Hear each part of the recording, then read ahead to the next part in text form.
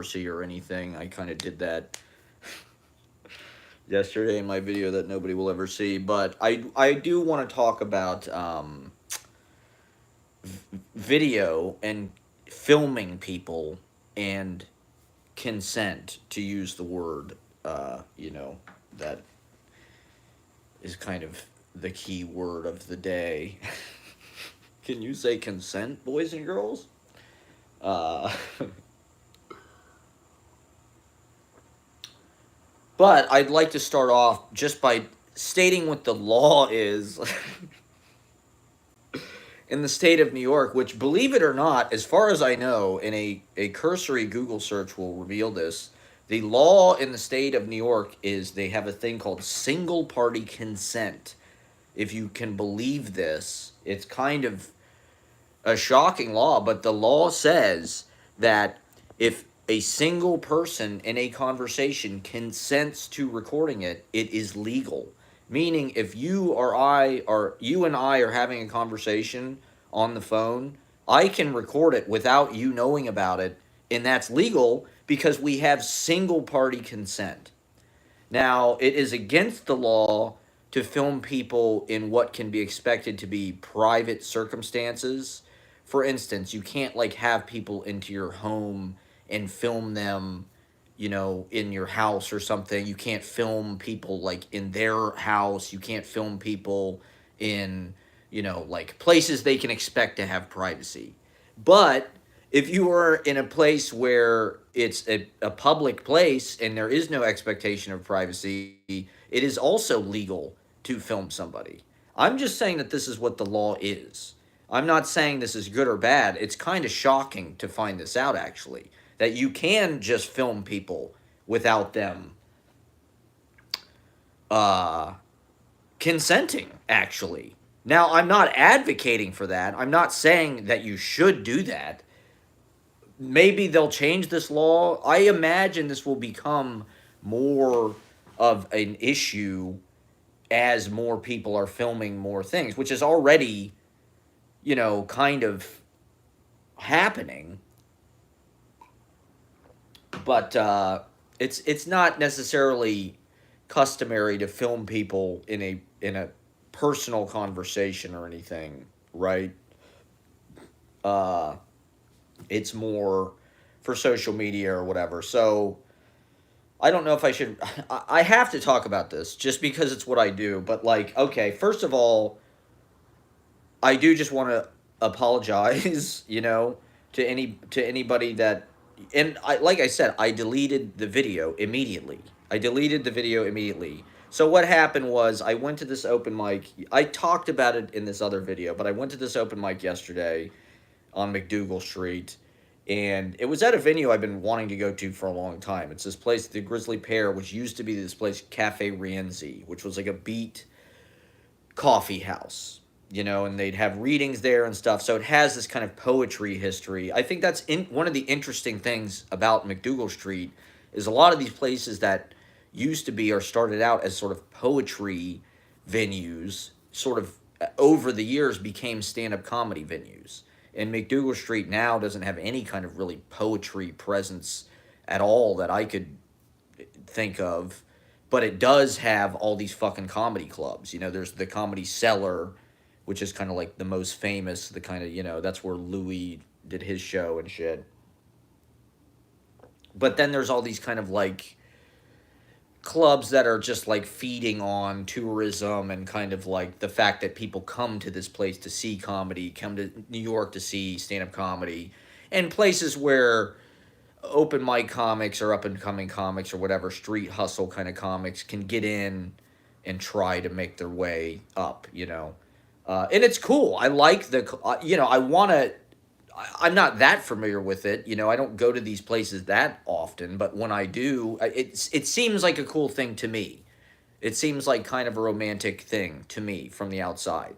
And so I've been wanting to go to this open mic at Grizzly Pear for literally like a couple years. I mean, it is imposing. It's hard to find like the entry point for this stand-up comedy kind of world, and like I don't know, like I'm not as comfortable like with poetry stuff. I could go to pretty much any poetry open mic and like I will get up in front and read my stuff. I don't really care what people think about it one way or the other. I like to participate.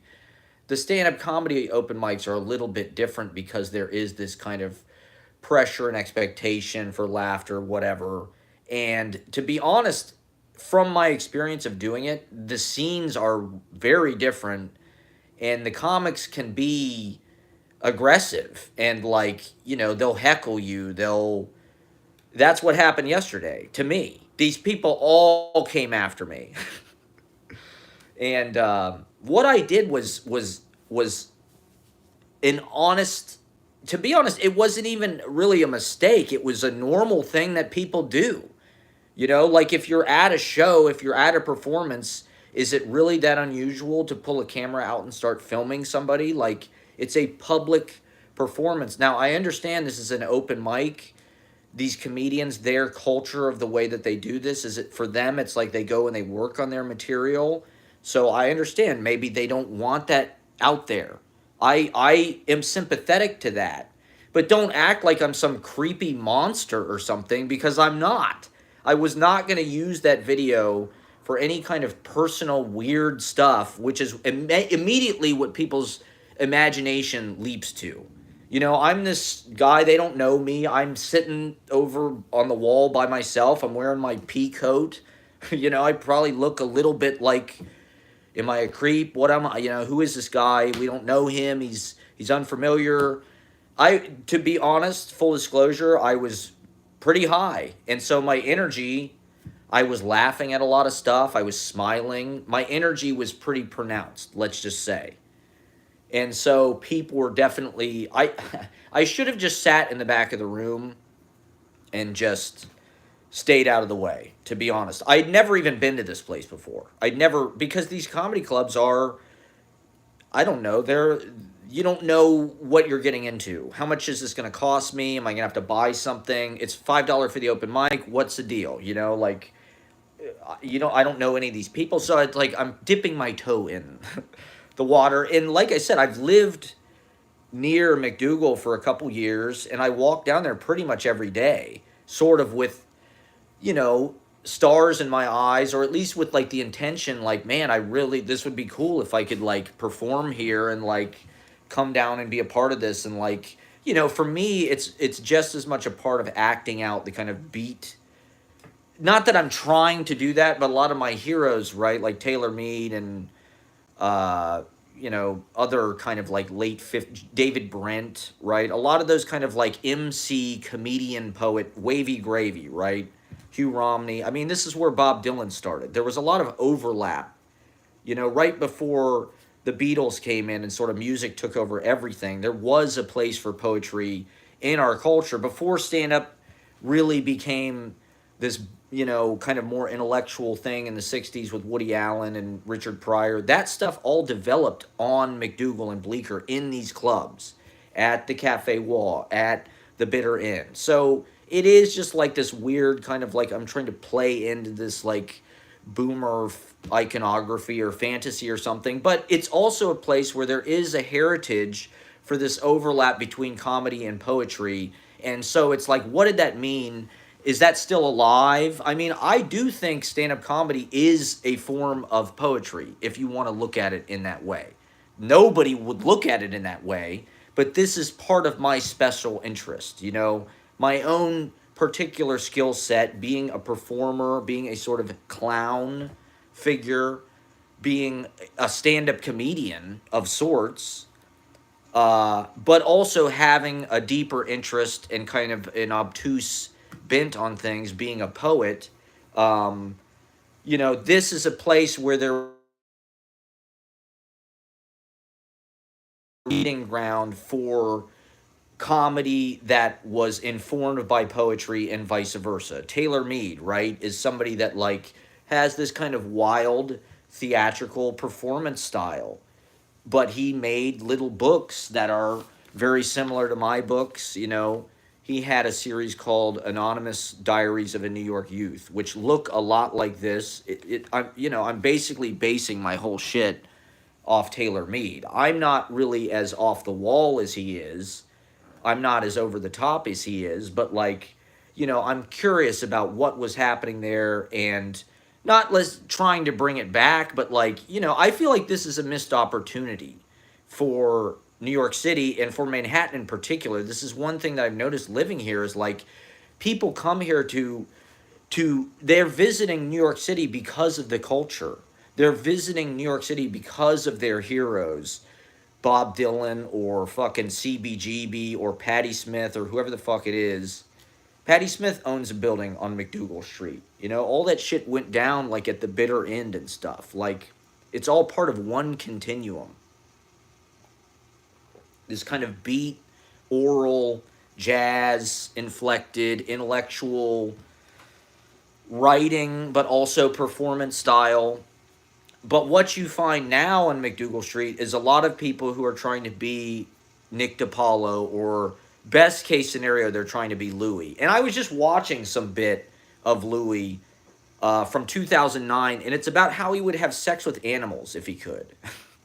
How it's like if it was morally okay, and it's like this guy is a lot of, best case scenario in the comedy world, this guy is like the George Carlin or whatever.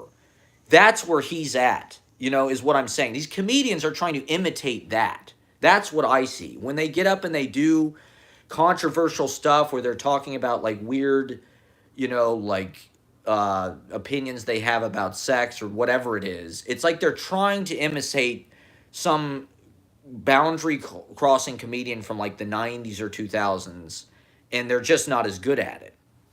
And so you have a lot of like offensive comedians that are stuck in the past, and they're kind of out of sync with the vibe of everything else. But there's a lot of that's the consolidated viewpoint in a lot of these rooms. Like I said, the comedy scenes are different depending on where you go. And if you go to Brooklyn, right, for instance, and hipster comedy and the stuff that I was sort of vaguely aware of living there and now doing like the Dime Show or going to places like Young Ethel's, obviously it's a very different style. It's more eccentric, it's more like alt comedy. It's kind of smarter to be honest. Like, it's not as based in like racial differences or things like that. Which is immediately these comedians who get mad when you get offended, they always want to go for the subject that's like going to get them the most like blowback, because it's like, dude, you're talking about you know you're racially this comedian who went on after me, his joke was all about how Mexican spies. Do you think Mexico has spies? You wouldn't think Mexico has spies. It's not something the joke being like, oh, Mexico's poor and like they're not fancy. You think, when you think Mexico, you think whatever, whatever racist kind of associations we have with that. Not James Bond, right? That's the headspace that these comedians are living in when you go in these clubs on McDougal Street. That's the climate of like joke. And so like with the open mic that I do, I like having comedians, and I like having comedians who are going to talk about things that are like important issues. Like if you want to talk about abortion or even race and shit, like I'm not opposed to that. But if you were going to do it, you better be fucking funny and you better be smart, especially if you're going to offend people. Like, there is a way to do that. Like Sacha Baron Cohen or whatever. But like most people are not that. And it's hard to be a comedian, like I have sympathy for them to some degree, but one of the things that I really notice with a lot of these comedians is they are incredibly sensitive. And if they're not getting what they want from the audience, they will immediately turn hostile and start insulting people. That's just a normal part of their show, to insult people. Like that's part of comedy world, is like they're going to make fun of you. They're going to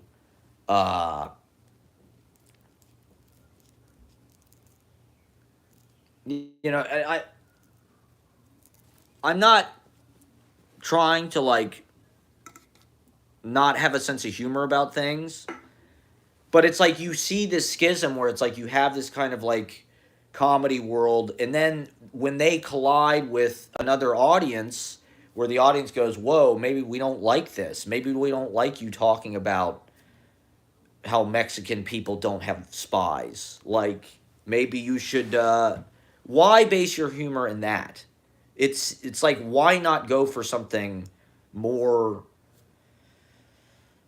I don't know. That's the problem that I have with these comedians. I mean, spending time in poetry world, this is what poets do. They really excavate what's there. They think about how to posit kind of new truths, new viewpoints in their own way. Comedians are purporting to be like the philosophers or sort of like the clergy to some degree of our society, and yet most of them are not going, they're, first of all, they're not that funny, but they're not deep either. I mean, maybe deep will get you into trouble in comedy, I don't know, but like I'd like to believe, especially if these guys are going to be sort of like the conscience of like our populace or whatever, which is sort of the role that they've been put in, right? Stand up comedy, podcasts, all this stuff. Since Louis got canceled, people are sort of grasping for some kind of voice that's like the authority on whatever moral crisis or like question facing. Like I was just watching this video with Louis from some, he's been on all these YouTube things recently because the alt-right comedy, or these comedians that I'm talking about who are not politically correct, I guess, is the difference. If you want to put it in sort of basic layman's terms or media terms, they're not politically correct. And they sort of wear that like a badge now. And so, yeah, fucking Theo Vaughn will have Louis on his fucking video. They're all having Louis on. And of course, Louis wants to go on because he's been in publicity jail since Trump, basically. And he doesn't like that. He likes being, genius and heralded, and everybody loves him and shit. And don't get me wrong, like, Louis is great. I love his show. He's pretty good at what he does. But he looks like Joe the plumber. That's part of the appeal. I think that's the persona that a lot of these comedians feel justified in being. Like these kind of schlubby, just kind of like slobs, but like, oh, they're secretly like super insightful or quick or sharp or uh they're trying to make a living off that and hone that skill. Like in, like it's a cool cultural space is part of what I'm saying. And so I'm these are, initial forays to experiment. To be honest, most of my comedy sets have been off the fucking chain. It's just the audience is not really ready. Including my set yesterday. I closed with Charles Grodin. I thought I rocked it. So anyway, here's what happened was I go to this venue, Grizzly Pear. I've been trying to perform there forever. Literally, I'm a procrastinator, so this was a last minute thing. I have to move this week. Speaking of which, this is probably going to be the last live stream I do from the apartment, so it's been great. I've loved it. I've loved every fucking second of it. This is the greatest thing that ever happened to me. But anyway, so yeah, this is like a last minute. I'm moving, so it's like this is my last real chance to go and do this. So I just like fuck it. I'm going. I'm doing it. I'll pay the $5 and just do it. I just want to cross it off my bucket list. I did Comedy Shop a couple times. Now I've done Grizzly Pear. I've done the comedy clubs on Bleecker Street and McDougal. I never, I still got to do Greenwich Village Comedy Club, I guess. But it seems like the least But these comedians are the ones who's sensitive. They get so mad at the audience for like, you're getting pissed off. It's like they're the ones that like feel rejected and start to turn on the audience. It's like you got to plow. I've been on stage enough and also doing the open mic. It's like if I'm talking and the audience isn't laughing, it doesn't necessarily bother me. Like yesterday when I was performing, I was talking about this or that, nobody was laughing, but at a certain point in my set, I switched it up and I went harder. It wasn't like I backed down because people weren't like liking me. It was like, no, fuck, what do I care? Comedians bomb a lot of the time anyway. I thought what I was saying was interesting and was going places. And just because people aren't laughing doesn't mean you're not being entertaining or being interesting. And so I just went with it. And, that I think is what being a pro or like having more experience kind of does for you. You don't get hampered by like, oh, what was that reaction? That's weird. You're reacting. What's that react? It's like these comedians want to attack everybody. This comedian yesterday, I laughed. Her setup for her joke was, I want to have a baby. Or like, something like that. It was about how she wanted to have a baby at some point. And I laughed just because I was like, not because I was like, ha, you want to have a baby? That's hilarious. You're not going to have a baby. It was just more like, hey, I'm in a good jovial mood. I'm happy to be here. I'm trying to support you. You're a fucking comedian. Isn't it good when people laugh? And she was like, don't laugh at that's the setup, idiot. Or she called me like a jerk or something. And I was like, come on. Like,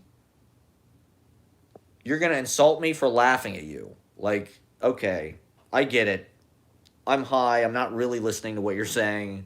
I'm just trying to, like, be positive and contribute, like, approving noise so other human beings hear it and they go, okay, this must be, I kind of force myself to laugh a lot. If you watch my videos, one of the signatures and kind of the watermarks of the video is my laugh is kind of forced and annoying. I hate watching a lot of the open mics. You're hearing me go, ha, ha, ha, ha, ha. I'm not really laughing. I do that because I'm trying to encourage other people to laugh. It's not because I don't think what you're saying is funny. I know that it's like you recognize the melody of somebody trying to be funny, and so it just triggers that ha ha ha ha. Because you're trying to be nice to them. I'm trying to be nice to these fucking comedians, is all I'm trying to do. I was trying to support what they were doing. Okay, one of the problems with the open mic comedy scene, to be honest, of all the things I've been a part of, it's the biggest scam. Because every single one of these open mics in Manhattan is $5 at least to even do it. So it's pay to play, just like everything else. And what you're paying for, I'm not really sure, because a gym membership is cheaper, honestly. Every open mic is $5. It means you do 10 open mics a month. You paid $50. That's probably more expensive than a gym membership. I've never been a member of a gym, obviously, but I don't think they're that expensive. That's their, like, that's how they look at this. It's like 10,000 hours. Like, I got to get up on stage, and it's like you're getting up on a stage. There's 4 other comedians there. Either they're not listening to you, or they're just like kind of bitter, cynical people that like they're not going to laugh at you. They're competing with you. They don't want you there. They want you to leave, They're all competing for the same jobs. So if they smell weakness or softness, or even if they're threatened, I think these people just felt threatened because I went in there with confidence. I didn't go in there like some loser comedian doing everything every other comedian was doing, which is like telling sort of like really boiled down like racial or gender or stereotyping, basically. and acting like they're some kind of like insightful philosophers. At least I think that's not what I do. Um, so these open mics, the whole culture of it is like people tell me this at my open mic all the fucking time. That comedians more than anybody. Wow, your open mic's like an actual show. There's actually people here. It's not just, stand-up open mics are so depressing. They're soul crushing. This is literally, you'll hear comedians say this all the time. They're soul destroying. It's like, why make it that way? It's a fucking show. Why are you doing it if it's not a show? Like every time you get on stage, why not make it a fucking show and make it good? I get it, you're a comedian, you're working out your jokes. I understand. You want to get up, you want to run it in front of four people with a microphone on a stage to like simulate a show and see what works, which is bullshit. Oh, guys, thank you. You told me what I need to know. You told me what works. It's like, no, it's so contingent on your delivery and like how you are selling it. It's not really, the whole comedy thing is just like it's scary to me that most of our culture is like sitting in this bathwater because like this is why we have Joker mode. Like I'm watching all these old Carson shows and I love Carson. He's a deep person. You can tell he's interested in everything. He's interested in astronomy and he's knowledgeable about everything. He goes to safari in Africa and like, he's a very intelligent person and man. But his show is people trying to be funny. And it's a little cringe some of the time. Like, it works because he is so magnetic and it's such a classy thing and the form of it really delivers and is familiar and people, I think, that does a lot of your work for you. They want the monologue. They want to see Karnak. They want to see Art Fern. They want to see Michael Landon and Robert Blake and all this. And then, but it's like, uh, it's not always great. There's ups and downs. A lot of the interviews are awkward as fuck, to be honest. And he's talking to actors and stuff. They're not even interesting people. It's just a bunch of fucking people that are like on TV shows. It's like, that's what's up. I'm talking about how I offended everybody at this comedy. I've been doing stand-up comedy. So I've, the reason why I do this is to get practice on stage. Like when I'm hosting this open mic, plus I'm doing Boog City coming up. I'm doing Boog City a week from Sunday. And so I just wanted to get on stage any way I could. There was no poetry things going on. And so I've been wanting to do stand-up again. I haven't done it in a couple weeks or so.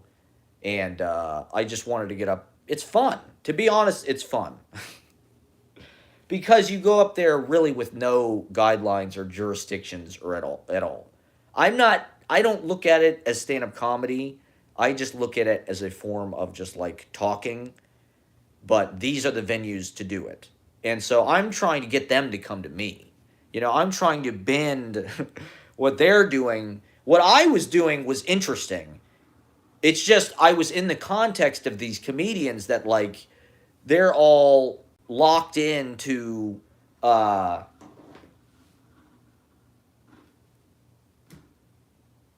these like agreed upon ways of doing it. It would be like going into a fucking jazz thing. Yeah, exactly. Exactly. It would be like going into a fucking jazz thing and doing, I don't know. Here's my experience as a performer over the last year is half of my shows, everybody gets pissed off and they ban me from the venue. I got banned from Pete's Candy Store. I got banned from Freddy's. The host of this open mic yesterday was pretty cool. He seemed fine with what happened. So I don't know how to explain this in a way that doesn't make me sound like, but I was at this open mic at Grizzly Pear yesterday, which is a venue on Bleecker Street, and I explained McDougal, and I explained that it's like this famous kind of poetry venue, right? And like they have a history of doing kind of like beat fucking poetry readings there. So I'm trying to sort of like explore that tradition and try to get into these spaces and do something interesting and see if they're receptive to that. People come to New York to see interesting stuff. You know, if a bunch of tourists went to a club on McDougal Street and saw System Lord, they would go, "Whoa, this is New York. This is fucking punk rock. This is interesting. This is artistic." But instead, what they get is a bunch of hacks. And like, they're mean. They're mean. That's the worst part. They're not like welcoming. Poets are not super welcoming, but like I've never had poets like all take turns insulting me at a reading, which is what happened yesterday. So one of the things I've been doing recently is I go to a lot of open mics. It's like my thing. I like it a lot as a form. I think that it's like a zine, or like it's like an instant publication or like an instant show. One of the nice things about it is you don't have to book anybody. I don't have to fucking email they email you. "Hey, can I perform?" "Yeah, great." I'm so sick of asking people to do stuff and they don't get back to you or whatever. It's like, fuck that. The open mic is great because 50 people email you. I don't have to book anything. So it's like you kind of curate it through the vibe or whatever. Like-minded people resonate with it. They want to come out.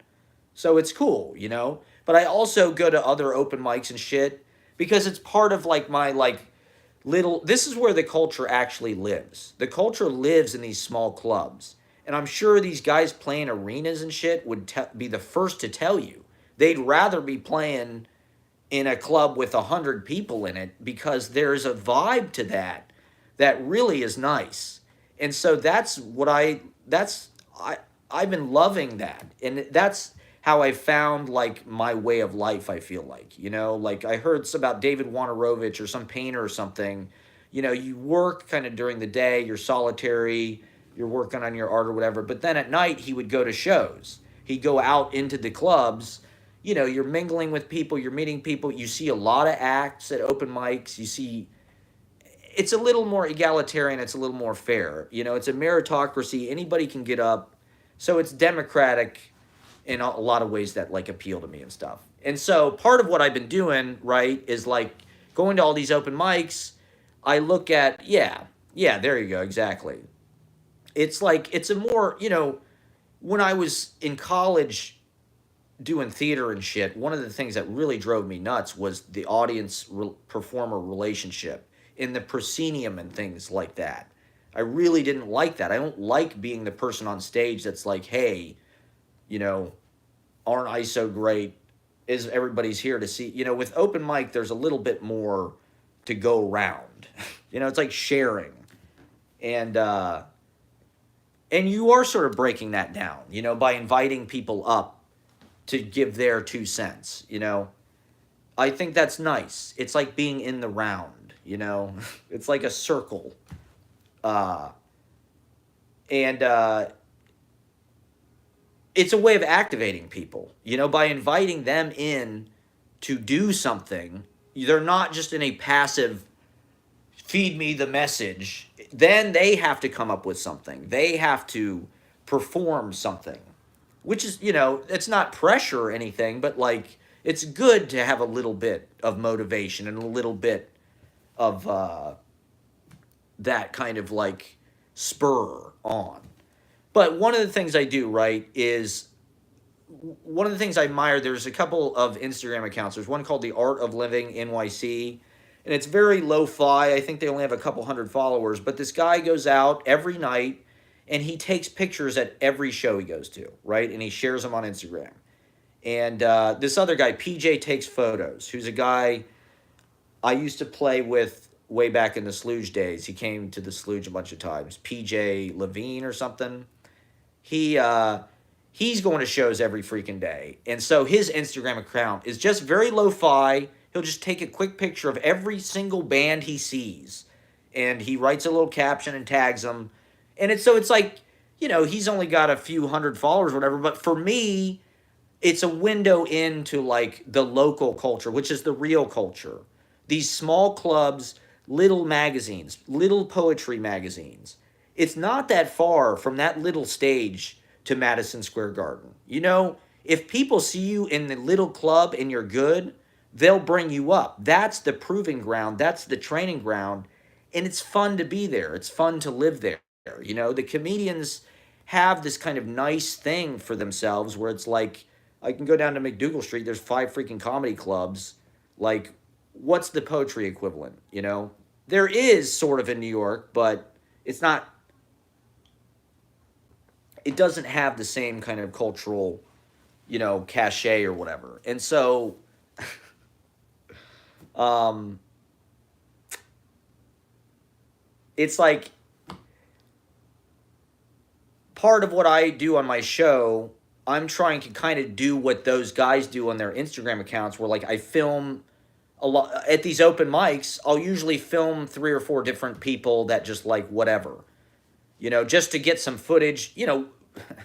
It's part of making something out of. Otherwise, I'm just there, waiting or whatever to go. And so it's like it's a way of making uh, content out of. But my show, a lot of what my show is, it's like what other people would do with their social media, I put it on my show. So rather than have an Instagram account where I share pictures of like shows I go see, I put it into the film, right, of my life. And so like it's part of that context as well. I'm trying to portray the tapestry of a scene. I'm trying to show, here's Otto Shrunken Head, here's the songwriters, here's McDougal Street, here's the comedians, here's Brooklyn, here's Pete's Candy Store, here's the poets there. It's like I've got footage of a lot of people early on, and the first time I ever saw them, right?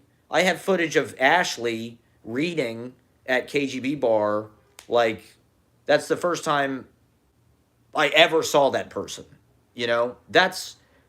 That to me is interesting artistically, having the intention to make a film out of the reality of my life. But I also think it's a way of honoring the artists. It's like a gallery. Here's New York here, and these are unsung artists. They're open mic people. They don't get a lot of attention, so usually they like it when you tag them or whatever. So I'm just trying to lay the groundwork to explain what I'm doing. I'm not a creep that just goes films people and like watches it and like does what people think you do. Like, I'm not doing that. Like, that's not the purpose of why I'm doing it. It's artistic. Okay? Like, that maybe it's a failure in that sense, but like that's the intention. The intention is to make a film out of my life as it happens. And so the open mics, this is a subject that I'm honing in on. It's sort of a living little magazine. It's like filming fucking Gustav in LA, filming all those people, right? That footage is like invaluable. And it's a big part of the story. Like exactly. Like, it's people don't always see the value of that, but later it's amazing to go back and be able to watch. I don't know if you've watched, there's a film on my YouTube called 2019. I posted, because I had all this footage from the years we were in a relationship. And so, yeah. Last year, when the Omicron thing happened, right, I was sort of inside, and I have all these hard drives that I had gotten out of storage. Those hard drives were all in storage while I was in Ohio. And so I had all this footage from 2018, 2019, our trip to San Francisco, our trip to Paris, obviously. I still have that Iran footage. And And so what I was doing last year is there was that Beatles documentary out, the Get Back thing, which I never actually saw, but it was like 9 hours long, I guess. And there was all this, the vibe was just like with streaming, and now YouTube kind of invites you to just put as much as you want up. And so I thought, well, fuck it. Let me make, I've got all this footage. Let's just make a big fucking movie. I've never done that, you know? And that was the opportunity, you know? When we were living together, it was like, it's not that I couldn't put videos together, but it was like, for whatever, my computer broke, remember? And so it just became logistically harder to make the show.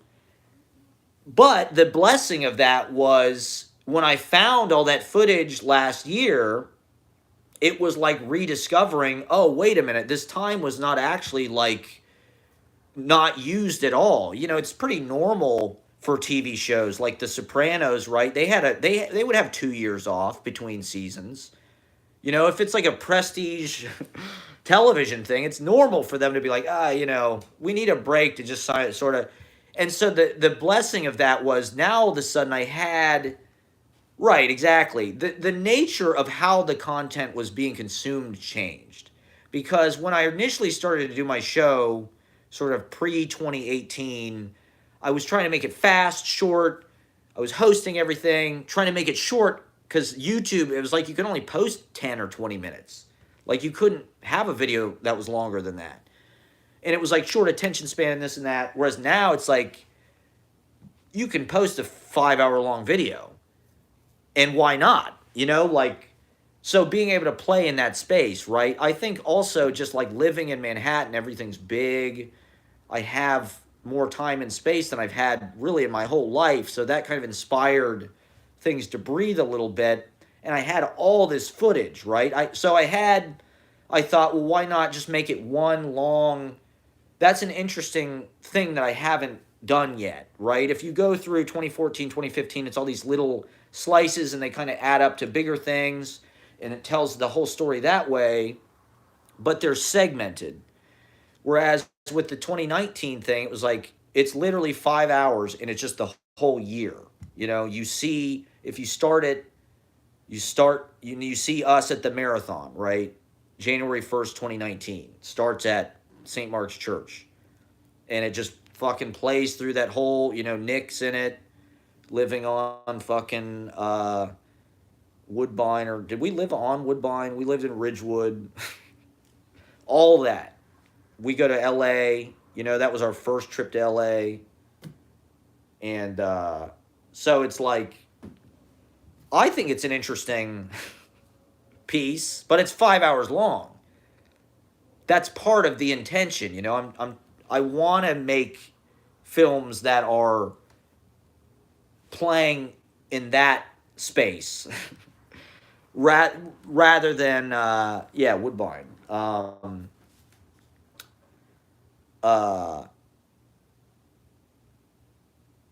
And so the San Francisco trip is also one. It's like 2 hours long. I think they're good films. They're interesting, right? One of the things that makes them interesting is like you were filming half the stuff. So it's like there's another point of view. And so anyway, recently I've been trying to film all these open, because that's what I do. I go to these freaking open mics. I walk to Auto Shrunken Head or KGB or, you know, and I'll usually film 2 or 3 or 4 people that I resonate with, or, you know, sometimes it's just like I'm trying to get context, or maybe I didn't film something that I should have filmed, so it's like, fuck, I gotta film something. It's not always like, oh, I love this person, I'm gonna film them. It's just like, okay, this person, you know, I gotta film something, here it goes. And so yesterday at Grizzly Pear, like I said, it's this famous, for me, it's like, this is part of the story, right? Going to Grizzly Pear, this beat, poetry, coffee house, like, I want to get this context. This is part of the the character that I'm trying to project, which is this sort of like street,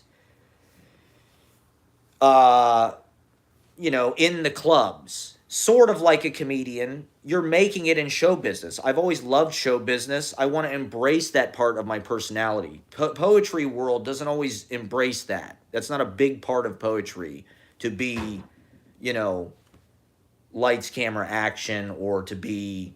I mean, it is. They're in denial about it.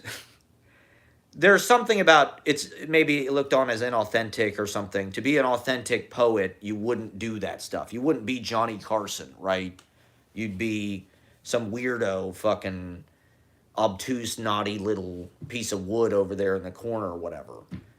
Uh, but to me, I don't know. Carson, his precision of language, his magic, and being an MC and being a host, right, is something that, like, that is a talent that I have.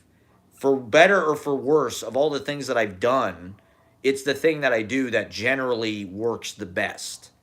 It's something that we did at, you know, what I'm doing now with the open mic and stuff is no different than the Portal or the Last Resort or the Slooge or Much More's, right? It's the same thing. It's the exact same show basically as at Much More's, except instead of doing features, it's all open mic. And you know, it's not as I'm trying to make it a little more professional because it's big time. It's Manhattan. This it should be a big deal. This is as big as it gets. When I was a kid, this was the fucking dream. Like, holy shit, you're in New York City and you have a weekly show and like what could be, it's like the fact that I've even got this far is crazy. And so like let's make this Manhattan in the years that I lived in New York, it hasn't had any cultural cachet really. Everybody lives in Brooklyn and they were okay with that. People want to live there. Now it's cooler. Oh, I'm going to live in Bed-Stuy, or I'm going to live in, you know, Ridgewood. Ridgewood is where people want to live. They don't want it. They're not even looking like at East Harlem, right, or Washington Heights or something. They're not even looking at that. And I understand why. It's a lot easier to have a fucking noise band and shit, in Brooklyn. But when I moved to New York, I was, the dreams that I had were all about the big iconography of Manhattan, Madison Square Garden, Rockefeller Center, Saturday Night Live, whatever it may be. If you want to talk about poetry, even the poets that lived here, fucking Stanley Kunitz lived in the West Village or whatever, or Galloway Canal has a book, The Avenue Bearing the Initial of Christ into the World, which is all about the Avenue C in the East Village. Merwin lived in the village when he was translating and stuff. So it was like there was a number of things that were like, and so selling it in that way and handling it with that kind of branding, right? Branding is everything. And Manhattan they invented it, basically. Or they, in the 20th century, they made a big business out of it. And we're trapped in it, so we have to play on those terms. But that stuff, I don't know, show business and that stuff is fun, So, like, I'm trying to mingle all these things together, That's part of, like, what has been a discovery for me as an artist is, like, do I become a musician? Do I become an actor? Do I become a writer? Do I become a comedian? I don't like that you have to cut yourself in. Like, all these comedians really are trying to make themselves like each other. The way that they talk about stuff, the cadence that they talk about stuff with, they're imitating each other. And like, when I went into that room yesterday, I'm not trying to do what they do. And so there was like a dissonance in my energy. Like I was saying in the live stream yesterday, it's like the X-Men, right? When Cyclops takes off his fucking thing, his laser beams go everywhere and just blow, cause damage. They wreak havoc. But when he puts his thing on, so it's about learning to control the laser and the feed and the power. It's about learning to control the super. Oh yeah, you had. How was that? That was you had your reading. Tell me about that. Was it at Stories? Do you ever go to Stories? That's from what I see. That's where they do all the cool readings in LA. I have a number of people who I know in LA. I would like to come out there actually in the near future. I have to move out of here on Wednesday. So this is kind of my last hurrah. And after that, I mean, I'd like to come to LA sometime in the near future and just do a little, because I know a bunch of people out there. My friend Hannah is ooh, nice. That's cool. Um my friend Hannah runs a series on Sunset Boulevard. Okay, sick. I've heard of that. Um she just booked Tongo Eisen Martin on her series, which is like kind of big deal. Tongo Eisen Martin is probably the best poet alive, to be honest. Get his books from City Lights; they're incredible because he's political as fuck, but he's like fucking Pablo Neruda or something. But he's just good. He's got it all, and he's doing her her like open mic. Good for her. I mean, it's incredible. It's inspiring. But I know a bunch of people out there that were like telling me to come out, and so I could possibly I'd like to set another thing up at Beyond Baroque. So it'd be cool to set up, a little LA. I'd like to go to San Francisco as well, of course, but I haven't been anywhere. I basically have not left the Isle of Manhattan almost at all in the last 2 years.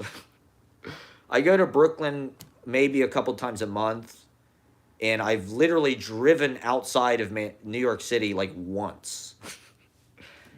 I've just been trying to absorb.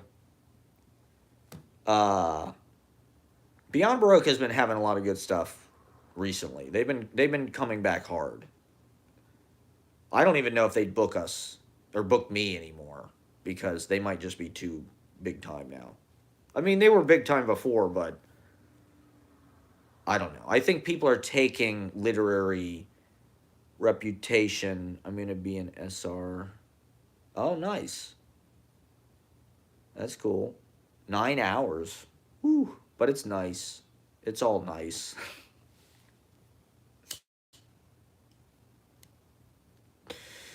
You can't beat any of it. It's all nice as hell. Sarah Safai, we could get Beyond Broke, I'm sure. Okay. Well, set it up. Let's book the tickets. I mean, I'm waiting on a check. I'm not gonna have any money. I don't know. I don't know what's gonna happen. I gotta get a job of some kind. I'm waiting to get my big break.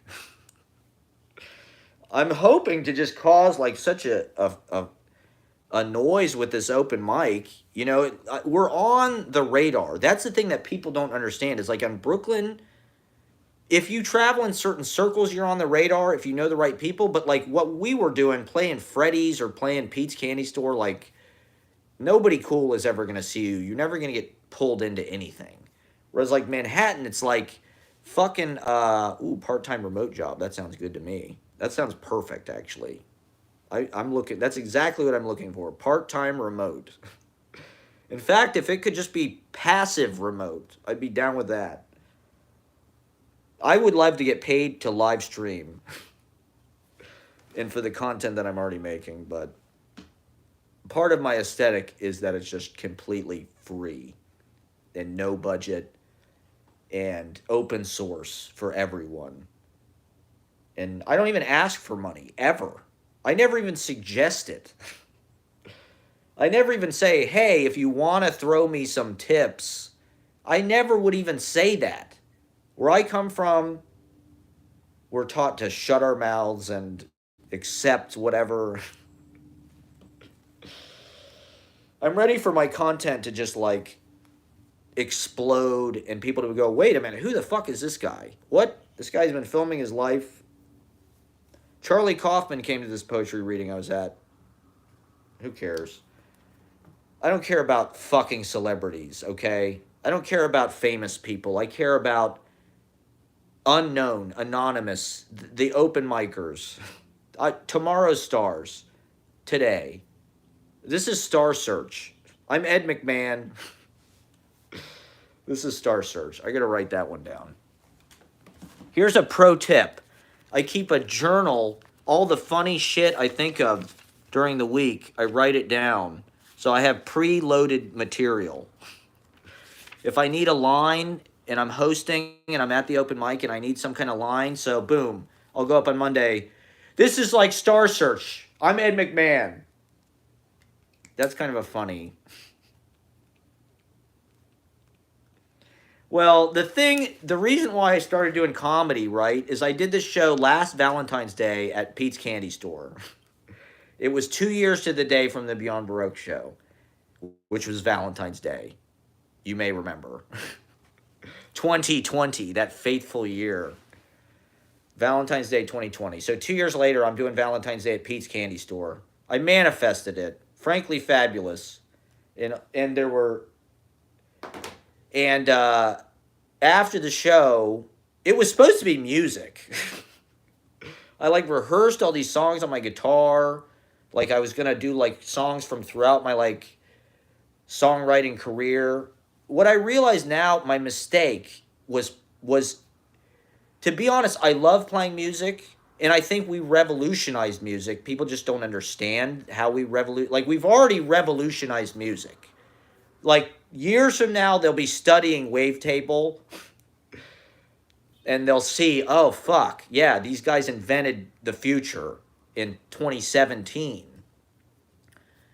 But it's not really my strong suit, actually. You know, like, there's other things that I can get up on stage and do, and people are going to like them better. That doesn't bother me, to be honest. I never really, like, music is fun as hell. I love playing music. It's a great way to bond with other people and to meld and to experience God.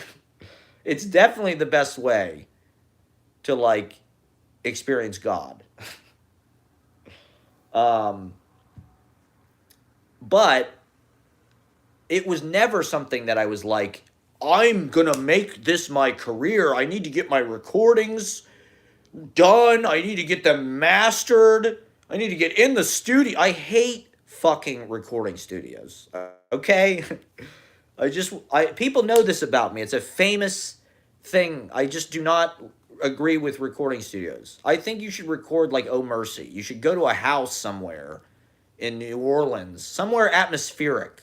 It should all be on location. It's all site specific with me. Because that's the ritual. It has to mean something.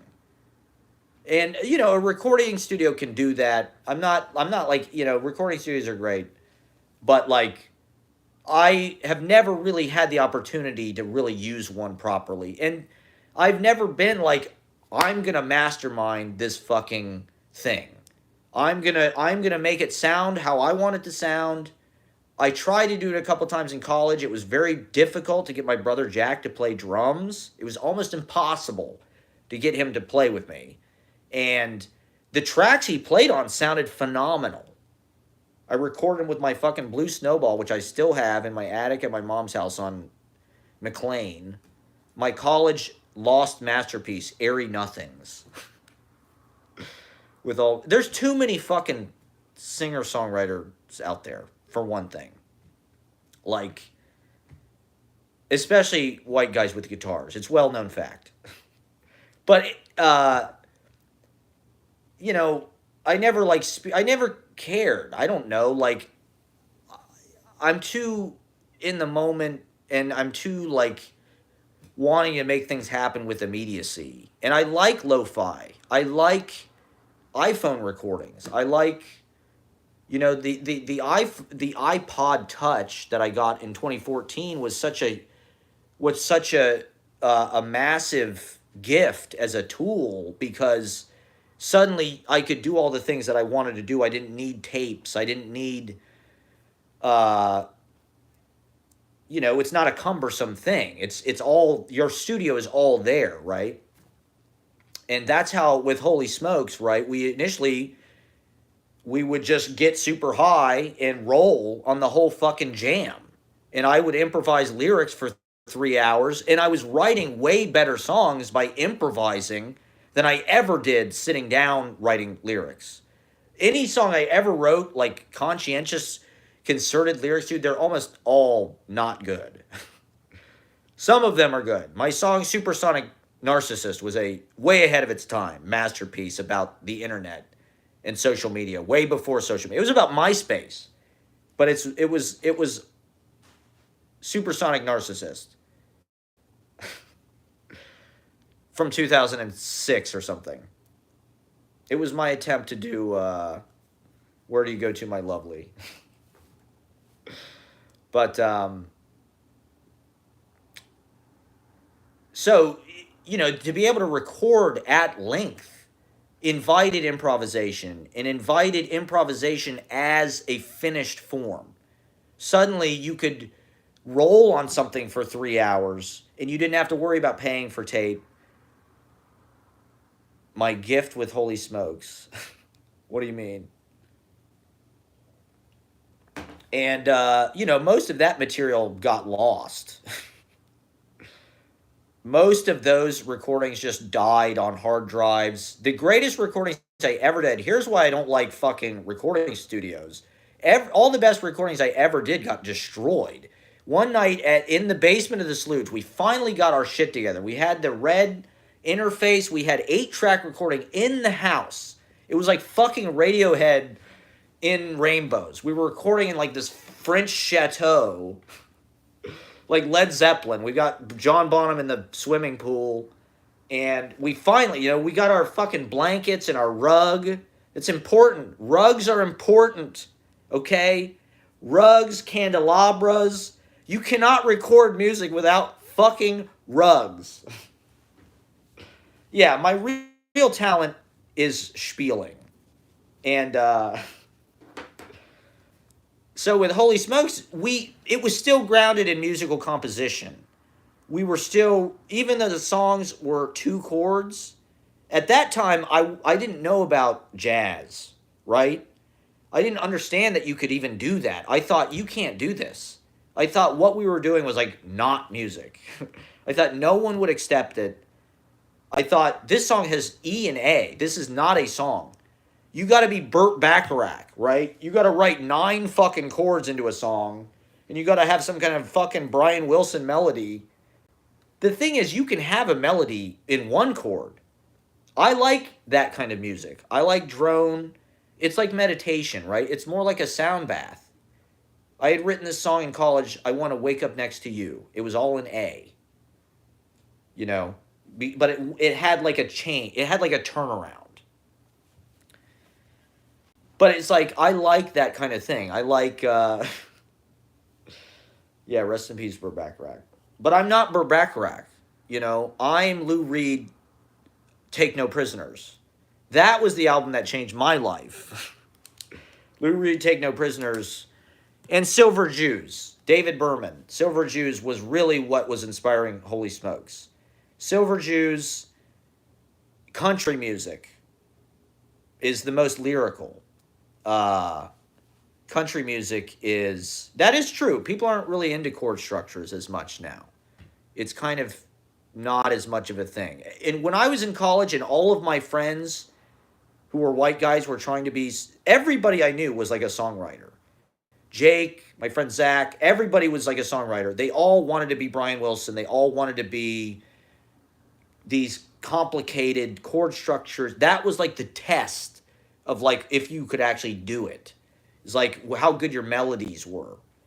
And it's like, I was always more of a rhythmic person. My dad's a bass player. I'm really a bass player. The people that I vibrate with, like Keith Richards, Chuck Berry, they're more rhythmic, kind of lyric first. Like Chuck Berry's songs kind of have a rhythm that is the same, and it's the lyrics that are amazing. They're poetry. They're so specific, and the syllables are absolutely perfect, and they tell this story because he's focused on that. You know, the song is like a wash almost. And, you know, hip hop lives in that space. Lil Wayne was somebody I was really listening to a lot. All these fucking mixtapes when Holy Smoke started because it's lyrical. You know, when Lil Wayne says fucking G's move in silence like lasagna, that has as much musical value as, you know, the Beach Boys going, ah, you know, whatever the fuck they're doing. And that's just what I'm better at, right? Studying poetry every day, writing poetry all the time. That skill transfers very easily. It's, you know, it's actually, and I hate to say this, but I was freestyling at a party about a month ago, and it was fucking fire. I'm actually fucking good at freestyling.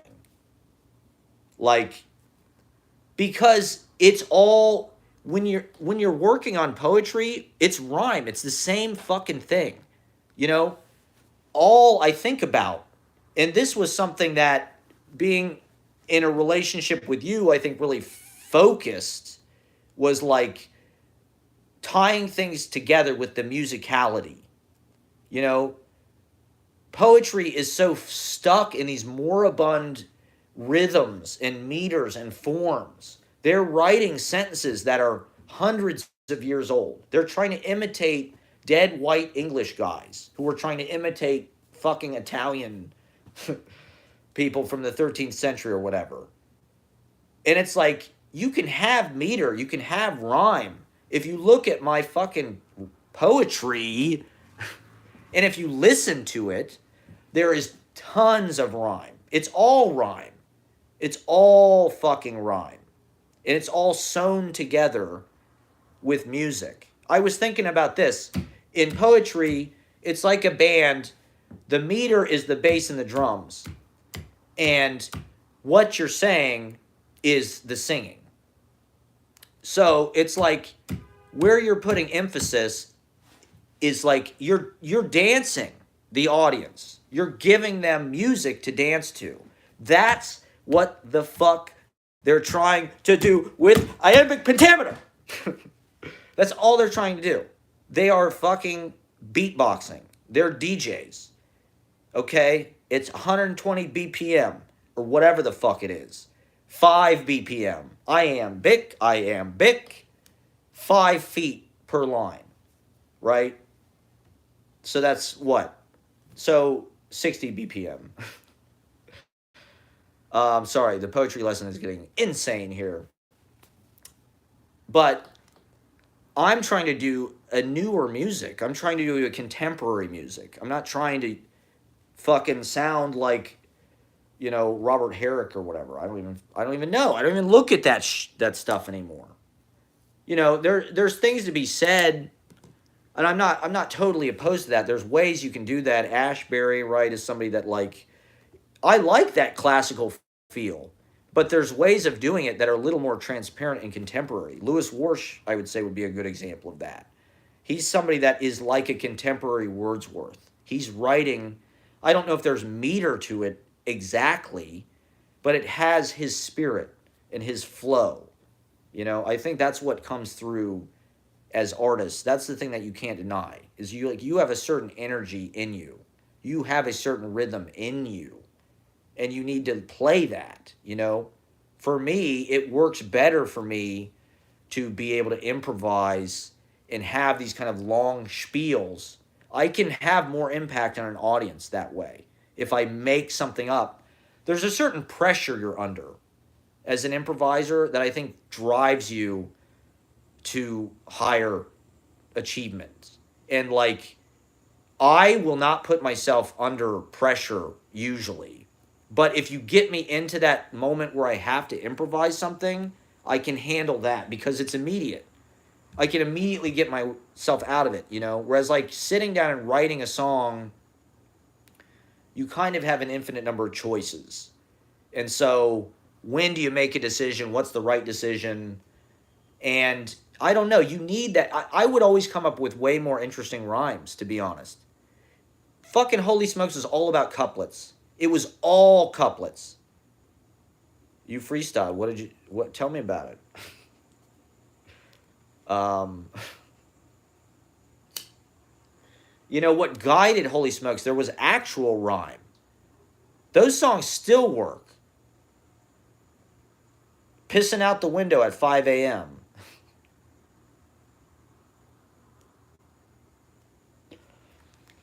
You know, hip hop has already discovered this. The meters and the rhyme schemes and the forms that hip hop is working in is the most contemporary lyrical forms. Yeah, send me clips. That'd be cool, definitely. Those guys are working in the most advanced meters. Comedians are similar. Comedians are very similar to MC hip hop guys, where it's like they get on stage with just a microphone and it's all about their words. That's the position I want to be in. You know, I never really thought it was appropriate to take a front man position in a band. You know, the first band I was in out of high school, Audible Detonation. Ooh, nice. I love it. Perfect. Um, yeah, that's what I was doing last year, just kind of choosing lines as I went.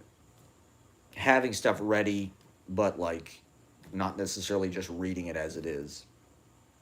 But in Audible Detonation, I started playing bass, and I don't know, it was just like, you know, playing with my brother. I was never going to be allowed to be the front man. We had other friends, like my friend Chip. We had a tambourine player. That was a whole thing, obviously. But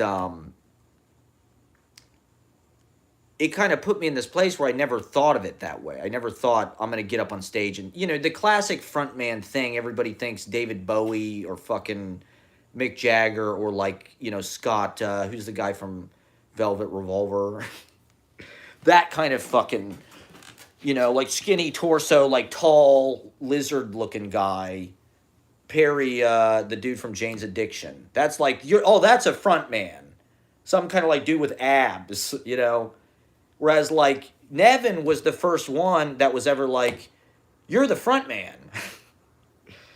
And, you know, with Wavetable, it was Trump era, so I didn't necessarily feel comfortable getting out in front of it and just being like, hey, everybody, look at the fucking me. Aren't I great? It was sort of about suppressing the front man. And whereas with System Lord, it's really about, like, unleashing the front man. Now I have license, and I think, you know, MC, right? This is the term that they use in hip hop. You're an MC. Well, that's what I fucking did. I was a wedding MC. I was a wedding DJ and master of ceremonies in Columbus, Ohio. This is a part of my past that has surfaced recently. I'm starting to re-embrace it. This is like one of my prime skills, is as just like a host and a master of ceremonies. This is what I did at the Slooge. This is what I did at the Portal. I mean, you know, we did it together, but like Beyond Baroque, hosting the fucking thing at Spoonbill, right? The Easy Paradise launch. You're the master of ceremonies, meaning it's a ceremony. You're leading the people through it. It's a ritual. It's sort of a, you know, if you want to look at it in a holy way, you know, I don't know if people think in those terms now, but like you're escorting people, you're trying to Sherpa them to some kind of like transcendental heavenly place or a place of feats. You know, this is something Ann Waldman was talking about. Performance, the root of the word. You watch somebody perform a feat. Get up on stage, you perform a feat, you know? So the master of ceremonies, you're sort of guiding the process. You're trying to make the audience feel secure. You're trying to explain to them what's going on.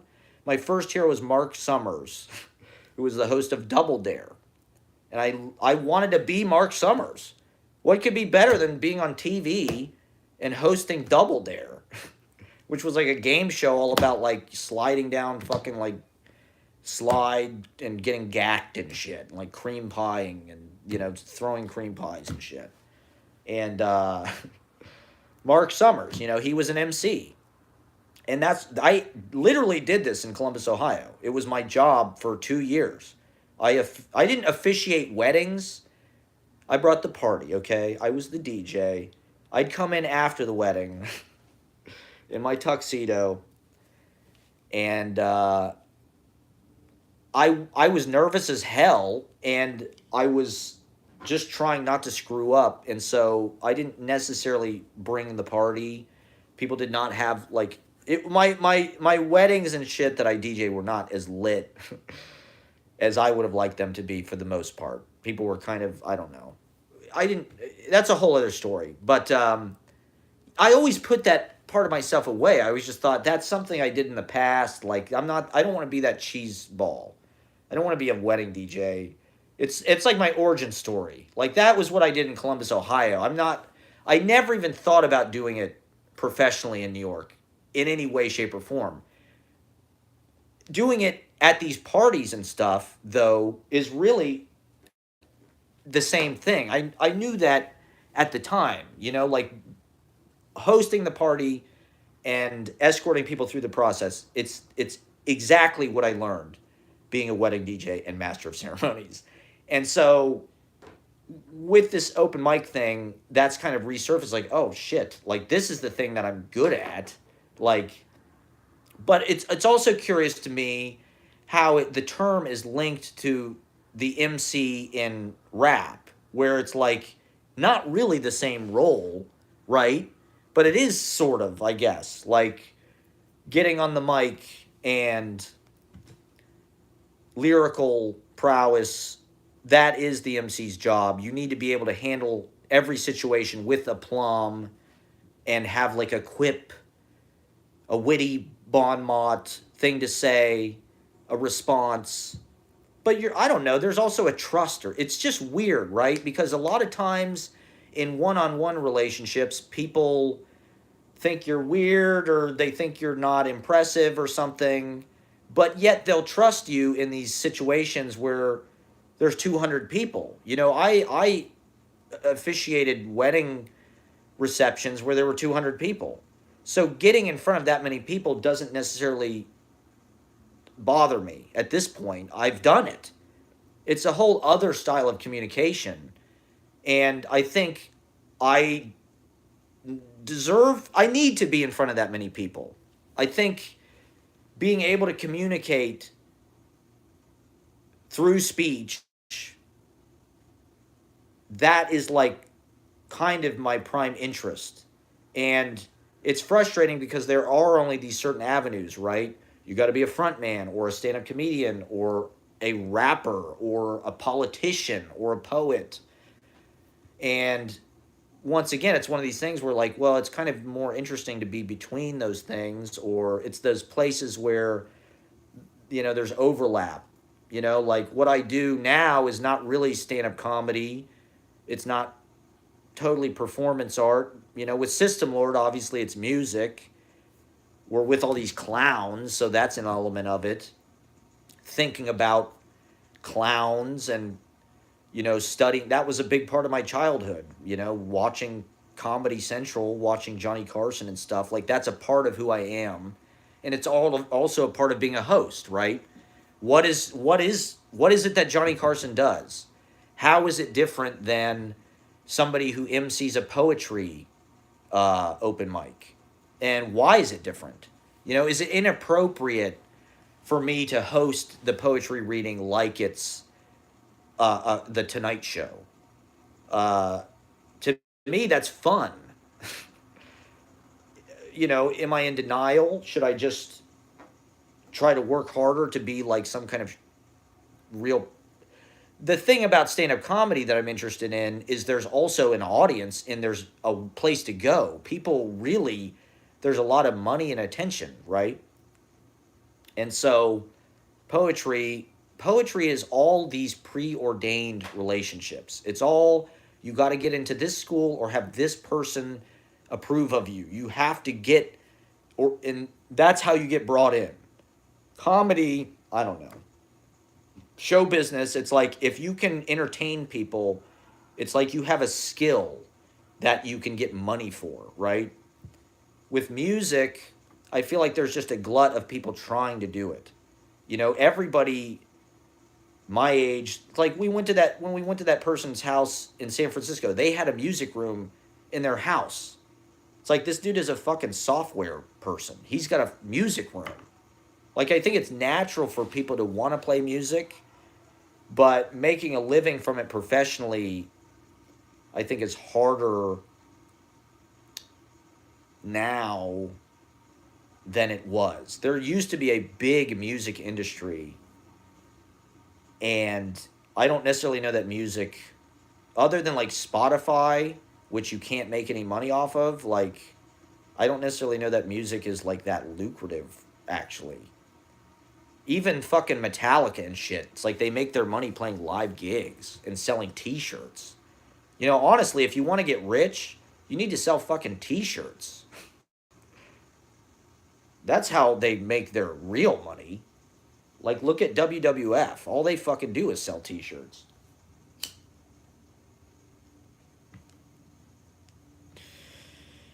But yeah, being a poetry outsider, it's fun. Yeah, it is fun. But also, like, I don't know. It's such a. Once again, there's no audience, really. And so, like, it's a little bit harder to subsist or something, I feel like. If, you know, once these people, like, once you're on the outside, it's like, it's. I don't know. I love poets, and they fuel my, like, you know, it was a surprise to me coming back from the pandemic and all of these people at open mics like really responded to what I was doing. You know, because I just thought I was bad at it. I just thought, you know, I'm not good enough. I didn't go to Columbia. I didn't win the Discovery Prize. You know, I didn't get into NYU. I'm not in the New Yorker. I'm not in Poetry Magazine. You know, I don't even get booked by the people that I book. You know, so it's like, I just thought, I've hit the end of the road here. You know, like, there's nowhere for me to go. Like, New York, you know, the people who were like the alternative poets who I thought would embrace me didn't embrace me. But then I was doing all these open mics last summer and the summer before, and all these younger people were coming up to me and like really responding to what I was doing. People were loving my books, you know, my chat books that I've been giving to people for years. Suddenly people are coming up to me and saying, "Oh, I love this poem," or, you know, "I read it on the train," or this or that. And I thought, well, Jesus Christ, people like this. Just because some fucking, you know, professor doesn't like it, or, you know, these uptight people at your average open mic sort of get, you know, perturbed when I go up and do my sort of rock and roll reading style. uh, you know, maybe I am like obnoxious and rude doing these open mics. I don't know. I'm high as fuck. I put the blinders on, frankly. I don't judge anything I do on stage, or I try not to. I just go up and whatever happens, happens. And to be honest, I'm high. So I could be doing shit that's completely insane. You know? You gotta push it to the limit. What can I say? What's the point otherwise? That's my only rule. You got to push it to the absolute limit. And you have to be alive. If you're not I'm a method I'm a method actor, okay? I'm a method poet. I live the fucking part, okay? I live it, and when I'm doing the recitation, I'm going to fucking live it, baby. And I'm going to perform it. And this is what it's about, okay? We're inventing a new form, and people cannot handle it because it's not slam. The typical performance poetry is like slam. Nothing against that, but it's just like stand-up comedy where it's like you have to have a certain cadence and you have to be talking about certain things in a certain way. which I do not do. You know, I'm trying to invent. It's almost like I'm writing dialogue for like 100 characters in a movie that I'm doing in front of you, but like it's being told by God. You know, there's a certain kind of Saint Peter descriptive quality to like the disembodied kind of Ashbury omniscient narrator, you know? And so people don't really understand this when you perform it. It's if you're a real poet, if you're like a serious poet, you're not really supposed to perform stuff. You know, that's like it's not what you do. You're a writer. You're a writer. You write and you're awkward socially and you sit in a room and you don't bend yourself to like make people happy like a fucking entertainer. You're like weird. You're a poet, you're fucking weird. And like that's what people like about you. And it's like, okay, I am that. I am that. But like I think it's about punk rock comedy. I think this is the thing that hasn't been discovered. You know, it's one everybody does punk in music.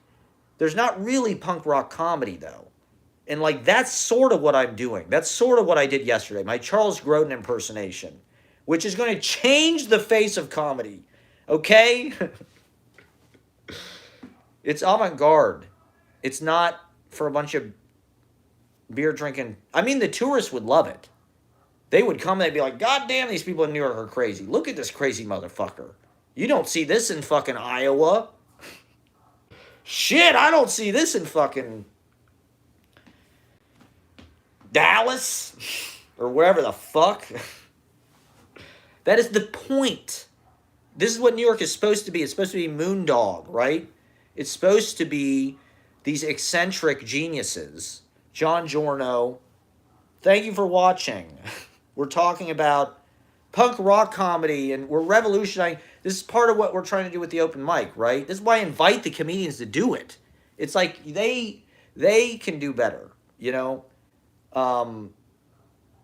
By getting them to listen to the poetry, it's like, oh, see how the poets are like, you know, they talk about more specific things. They cover more subjects. They're not just, yeah, exactly. It's, you know, this is why Giorno is he's a pioneer because he's one of the few, John Giorno, he's one of the few serious poets and serious literary writers who was writing way ahead of he was writing contemporary. It's not that you're ahead of the curve, it's that everybody else is behind the curve. And they don't understand what you're doing. They think it's still 1997 and they're going to get a spot on Conan or something for talking about their dick. It's like nobody wants to hear that. Like it's 2023. What does it sound like outside? What does it look like? Like we have to reflect this. And so John Giorno was somebody, if you listen to his poetry, if you watch his performance, right? Like he is a performer. He dresses up, he wears his all black. You know, he's almost like I went to the Hopper exhibit yesterday. There's an Edward Hopper painting, The Clowns. And they don't look like clowns. It's a man and a woman, and they are wearing like white, but it almost looks like, you know, fencing fucking armor or something. And they look serious. They look dignified. You know, he's got like this European face, more like the clowns in like Seventh Seal, kind of Bergman clowns. Like European clowns, like Picasso clowns, like weeping, you know, Harlequin, not this fucking Joker thing that we've all blown it out of, like dignified clowns. And, you know, graceful, but like serious, you know, they're acrobats, they're philosophers, they're mimes, they're ventriloquists, they're impressionists, they do it all, they're poets, they do it all. They're traveling itinerant, you know, jongleurs. They're outsiders, right? They can't be sedentary farming office people or whatever. Like, they have to circulate. They're nomadic. And so Giorno kind of is like one of these. If you look at that painting, the clowns almost look like John Giorno. But he's writing, very colloquial. He's writing like people actually talk, like dialogue you might hear in movies. It's not like some kind of New Yorker poem or something. It's skinny. He does a lot of repetitions. A lot of his poems just like have a lot of repetition in this very it's like echo. He worked with Moog. He hooked up with Robert Moog very early on. Like before, it showed up on everybody's albums and stuff. And he worked with loops and shit. And he would set up very specific sound equipment at his readings. And if you look at his stuff on YouTube, he's got all these. It's a lot like System Lord. It's a lot like what Nevin does, where it's like echoing, repeating phrases. And so he was trying to get that on the page, that kind of repetition of the machine spitting it back, and the echo, the artificial echo. But he was putting it down on paper. So he was listening to something that was new, and he was just imitating that. But on the page, you look at it and you're going, what the fuck? Why did he wrote this is I can't read this. It's just the same fucking sentence over and over again. Like, but to some degree, that is how we think. It sounds like meditating. There's an intensity to John Giorno's stuff that is like the kind of Buddhist, like, I don't know, joyful awareness of pain and just the intensity. That the intensity and the hilarity that you kind of get with a broader exposure to like the truth of the meat struggle and the fact that we're trapped in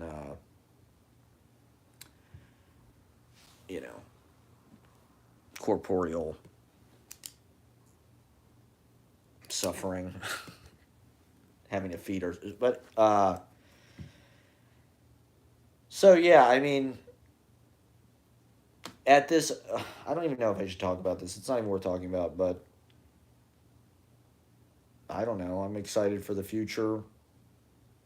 I think it's natural for people to react in this way. If you go in and you do something new or something that's way out of bounds, I guess. Like I said, half the shows I did last year, I got banned from the venue because I broke something. At Freddy's, I broke a mic stand, so I got a very angry email the next day from Freddie. What the hell did you do at my place? You're never playing here again. Actually, it was kind of a blessing in disguise because I was going to do the reading series at Freddy's. On my social media, I announced it and everything. It was going to be the last Sunday of every month. It was going to be just like the Muchmore's thing, basically. And the guy canceled it because I broke a mic stand. He said, we'll never do anything with you again. I thought Freddy was cool. I thought it was a chill place, but apparently they couldn't handle the system load. I mean, I did, like, break a glass. It was insane. But come on, it's New York. Like, what the fuck? This is something I've come up against many, many, many times in New York. Is, like, everything here, it's run by sound guys who all work for, like, Billy Joel's touring band. And so they're super by the book and uptight, and they think it has to sound a certain way, and they really just don't understand music. They're Nazis. They're sound engineer Nazis. Like, dude, fuck you and your microphones. Take it away. I don't want any of it. Get your monitors out of here. I don't want any of it. I want to hear what the fuck they're hearing. Like, get the fuck out of here. The Beatles never used monitors. I don't need them. Oh my God, I need to hear the echolocation, okay? We're bats. I need to hear it bouncing off the walls because that's how you, like, triangulate the signal to get it exactly in the right place. And it's tough being an artist in this big business-driven world of New York City. It's not the CBGB punk rock era. I played this guy's birthday party in Columbus, Ohio. I think I was like 22 or something, around that age, 21. So I think maybe I was 21. And literally, we played this guy's birthday party, Joe Montana, the quarterback club. People were taking the glasses from the bar and smashing them at the foot of the stage. The glasses, not they were taking beer bottles and shit too, but like literally they'd finish a drink and like smash. It was like fucking Bob's Country Bunker from Blues Brothers. You know, like that's what CBGB's was like probably. I don't know. I wasn't there, but like it's a fucking rock and roll venue. What do you think rock and roll is? It's dead. Nobody even talks about rock and roll anymore, but it was formative for me. And I think it's, you know, a lot of what you see coming through in what I do is like rock and roll. That party kind of rock and roll lifestyle, I don't know if it's as celebrated as it once was. I heard somebody say the other day that New York used to be more rock and roll and bohemian. And I have no doubt that that's true. The Village used to be more rock and roll. I don't necessarily know that you describe it as rock and roll anymore. Everybody here loves the Strokes, and the Strokes are okay, they're great, but I don't know if I describe what they do as rock and roll. They're okay. They're good. They're good, but I don't know if it rolls really. They've got the rock part, I think. But, you know, the shit from the 70s was more rock and roll. The Strokes represent to me like a cleaned up, sanitized New York post Giuliani, like a Times Square. Not that there's anything wrong with that. That the people who are moving here now, that's what they want. They want like Julian Casablancas and they want to hang out at Paul's Casablancas and shit. Like, okay, great. Me too. No, yeah, like the Strokes, I'm into the Strokes, don't get me wrong. But like they wouldn't be like even high on the list of New York things that I would be moving here to like celebrate or whatever. Like uh but that's cool. I mean, that's it's just an interesting thing. I think for Gen Z, to them the Strokes are like, you know, the fucking Rolling Stones or something. Like they're rock legends. But I think the skronk and the free jazz kind of gets lost. It's like, you know, KGB was right near five spot. Indie Sleaze, exactly. Indie Sleaze is back, baby. Well, even Indie Sleaze was kind of rock and roll. Like if I, you know, I was just as much a part of Indie Sleaze as anybody. Audible Detonation, that was the heart of Indie Sleaze. We headlined. Times New Viking opened for us. Okay, I mean, but we were a rock and roll band. Like we had a fucking rhythm section. It wasn't just like I was playing actual bass lines. I wasn't just playing like eighth notes, which is like all fucking, you know, that's cool and everything. That's just what people wanted to hear. But I like bass parts. You know, my dad is a fucking bass player. I'm in the bass brotherhood with Sarah. The you know, it's like you gotta have fucking bass lines. Like otherwise it's just white people. Like the roll part is I hate to say it, but it's the part that's not white people. The polka shit is like the white people part. And like the anger or something, I don't know. The straightening it out. You know, like Tom Petty is like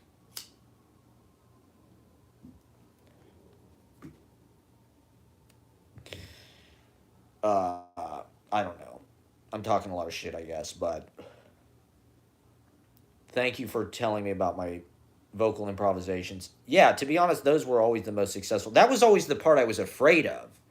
The thing about Holy Smokes is the first 2 years I was performing in New York, I was terrified every single time I went on stage because I was like, oh my God, I'm playing my original music to people in New York City. Like, we're just, I just thought we didn't have real songs. I was like, there's no chords in these songs. I wrote them while I was high, and I improvised. Like literally, the song Street Fighter Two came out that way. I didn't change anything. We were at practice one day, and it just I freestyled it. Like, I think all the best songs, all these guys talk about, oh yeah, I wrote Knocking on Heaven's Door in 5 minutes. I rolled out of bed. I was hungover. I thought I heard it in a dream. I like mumbled it in a tape recorder. I went back to sleep. I woke up the next day. I'd fucking knocking on heaven's door. Or Neil Young always says that. Oh yeah, I wrote Old Man in 15 minutes. Fuck you, man. That's more. That works better for me. I think they just discovered something about songwriting. I don't think that's just like them. I always thought like you had to be like Leonard Cohen because supposedly Leonard Cohen writes 100 verses for everything. Like supposedly Hallelujah, it's like it took 9 years. It took me 9 years. He wrote 125 verses and shit, and you can see that in his song. Like it's strong. It's strong like a fucking well-made piece of furniture. Like that song's not going anywhere. But like I also think that catching something in the spirit of as it's happening is also eternal and can be more powerful. Bob Dylan does not work like that. He writes songs in the studio in 15 minutes. He just jots them down, and like, I think his stuff is stronger, lyrically and musically, because you can feel that fluidity. You can feel that aliveness and that looseness and that flow. You can feel the spirit flowing through it. It's not. It doesn't have these sharp corners and these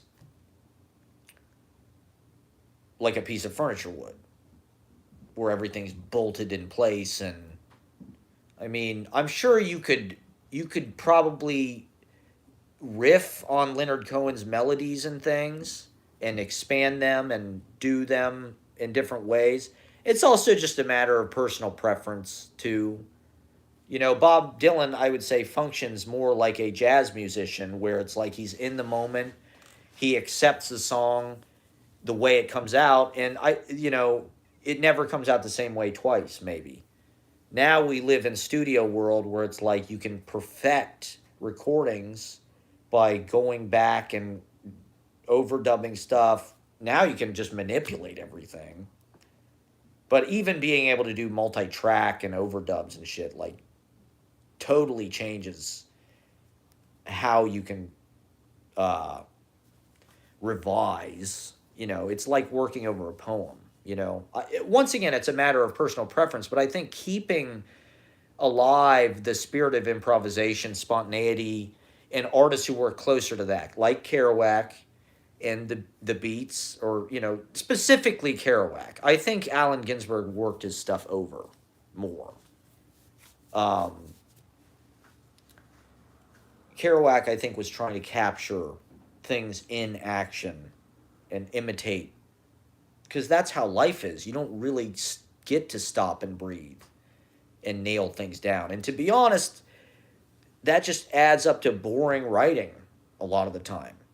Like, in boring music and boring comedy and uptight people and zombies. I think these people are fucking zombies and robots and automatons, and it's mass hypnosis. This is what I've noticed with comedy is, and like poetry voice is a version of this, where it's like these comedians all have the same cadence because they have to like hypnotize you. They have to make sure, they have to like make sure the whole audience is in the boat before they move on to the next thing. And they have to leave holes for laughter. And so it's like they all kind of have the same vocal cadence, and it's like listening to fucking blues guitars players or something. It's like you're all trying to sound like Eric Clapton, you're all trying to sound like Stevie Ray Vaughan or whatever. Like, there's so many scales, there's so many modalities, there's so many like fragrances. Now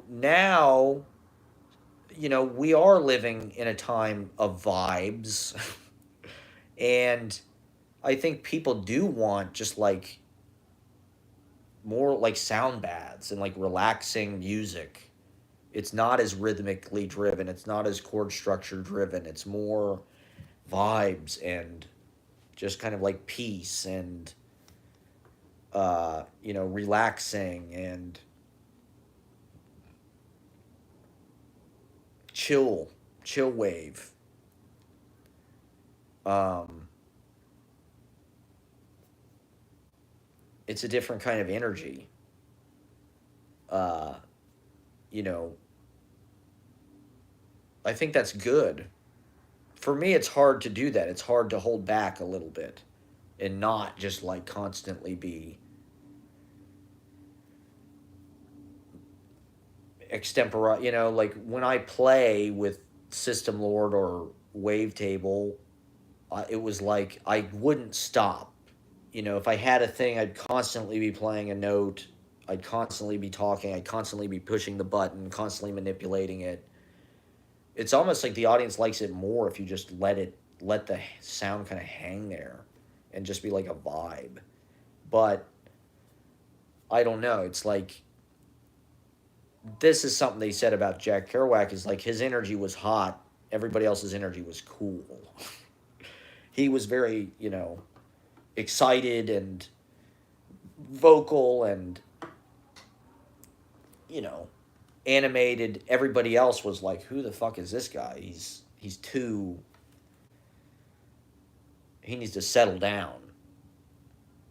I think that put him at odds maybe with uh but it's like, the East Villages where fucking Sun Ra was going on, the fucking Sun Ra Orchestra, that was East 3rd Street. And so like I want to bring, you don't see that flavor, you know, post pandemic.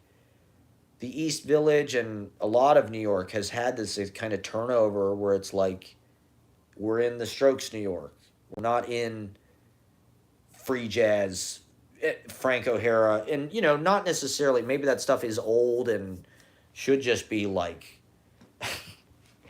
let something new in. But at the same time, it's like I don't know. These are artists and ways of doing things that I find important. John Cage type shit, inviting chance, inviting longer durations, inviting an open field, right? A lot of what I'm talking about is closed form, rhyming, chord structures. That's like closed form. A lot of poetry is closed form. They can't get off the left margin. Whereas open field,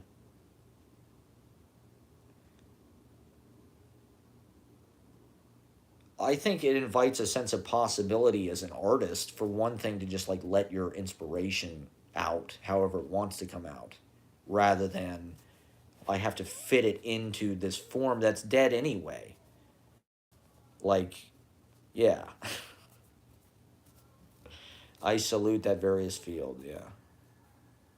Right? Is that what it is?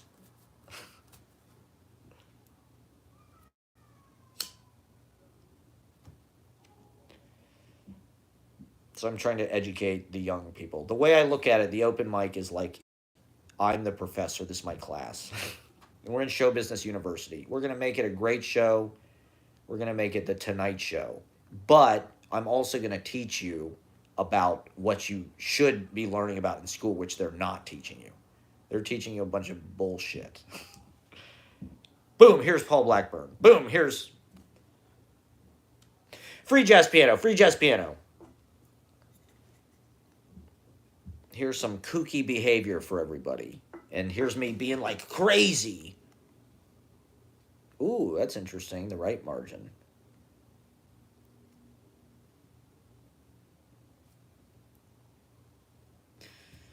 That's cool. Yeah, I think left margin, for one thing, is very Western, obviously, right? Other parts of the world, they do not read in this way. So for one thing, to just be stapled to that left margin, it's like you're living in white supremacist culture, man. These kids are inspired, I think. I think people are inspired by this. And from what I'm learning, I do have friends who are in MFA programs. Their professors are not doing a better job than I am. I am teaching them more than their professors are. And that's what drives me nuts about the MFA thing. Not necessarily that, like, it exists, but, like, the fact that they want to deny that you have validity, or you have yeah, I thought it was probably, is that how they write in Iran? They write to the right margin? That's interesting. See, that's what I'm saying. That's like a smart choice about how you're using your form and how you're thinking about that stuff. I can't believe people who are not white are going into MFA programs and they're just like, here you go, right? Like, on the left margin. Maybe they're not. I mean, maybe they're not. They're probably not doing that, but I don't know. It all sounds old. Not all of it. There's a lot of good people out there. There's a lot of, uh, yeah. There's a lot of good poetry out there. Not everything is bad. But a lot of the stuff that gets celebrated is so fucking corny. In fact, it all is corny. Anybody who's run a Ruth Lilly. Speaking of which, I'm giving all these poetry magazines away if anybody wants them. My mom got me a subscription to Poetry Magazine for the last 2 years, which is nice. And they're good. Don't get me wrong, they're not bad. There's a lot of good stuff in there, but I just don't want them. So I'm going to give them away. Poetry Magazine. They're like the NPR. They're like NPR poetry. Whatever decisions NPR is making, that's what Poetry Magazine is doing. They're the DNC of poetry. They are the Pelosi Kimbe cloth of poetry. I mean, look at this. This is Poetry Magazine. I don't know. I mean, I don't know what the fucking... For now, the open mic is the thing that feels like it's building, and so I'm just constantly trying to think of ways to make it better, within the... and make it a show. One of my big... I used to go to all these shows at UCB East. Every fucking night that place would be packed, and the audience would be going wild. There's nothing like that downtown now that I'm aware of, or even in New York that I'm aware of. And that was such a great place to go. Any night of the week, you could go for $5 or less. There'd either be an open mic, a jam, or like some kind of crazy show. I used to go see this guy, Anthony Atamanik, the Tony Show, every week. And he would do it like 1 week he was Judge Judy. And he did like an hour, as fucking Judge Judy. And he had guests on and shit. He later became probably the most famous Trump impersonator. But he was a hilarious dude and very smart about politics. That's why he was the best Trump impersonator. But I'd go every Tuesday, or, he'd be there every Tuesday at UCB East. It was $5. Or if you took one of their classes, you get him for free. And it's like a live show. This guy's doing a character. It was charming, right? It was charming to see comedians treat their little weekly thing that seriously. Like, I'm going to host it. This one time, I saw this other comedy show. These guys did it like it was, what was that samurai chef show? Whatever that show was where the chef was like a fucking samurai. I don't remember. I don't remember what it was called, but there was some. This was way back before like Top Chef and all that shit. There was some cooking show where it was like samurai chefs. I don't fucking know. It was like a Japanese show that they imported, and this guy, they hosted like their whole thing like in character, like as a bit, and it was like that's kind of that's fun. It's like I'm going to see Howdy Doody or something, like that's charming. And so I try to do it like that. Like this is like a fun. This is my Comedy Central show. If I had a show on TV, this is what I would do. I'll do these jokes. I'll do. I don't do a monologue. Instead, I read a poem. That's like my monologue. Johnny Carson starts with the monologue. It doesn't have to be good. He's great, And it's also like he gets to talk about current events. He talks about the president or whatever's going on in the news. So my poem, it's like I'll talk about. It's just like the poems I always write. It's like about my life, So it's like mention things that happened, and so it's like my weekly news address, of my life. At the top of the show, I'll play a little music, just to kind of it's entertainment. It's a big New York thing. It's not, and so, but I also want it to be like it's KGB bar, so it's like literary, and so a lot of great writers come through there, and that's what I'm most interested in, and that's kind of my specialty. The what I'm trying to do is like smuggle the poetry into like this entertainment thing that builds a buzz, like as a comedy show or a music show or just like a variety show, which is really what it is. I like those kind of shows. It's nice to see a song, then a poem, then some comedy. It's nice to see, that automatically kind of makes it kind of interesting and entertaining. That it's not, here's 8 comedians that hate themselves and hate you, and want to take you down. They're not rooting for you. In fact, if you are enthusiastic about them, they're going to like make fun of you for it because they feel insecure. Which is what happened yesterday at the open mic I went to at 4:30 in the afternoon. Um, but I don't know. I've always wanted to be fucking in show business, and because poetry world, it's like where can I go? It's like if I don't get an MFA, there's my plan with poetry was like somebody eventually is going to read my books and be like these are amazing, and then everybody in the country starts reading them. That was like my vision.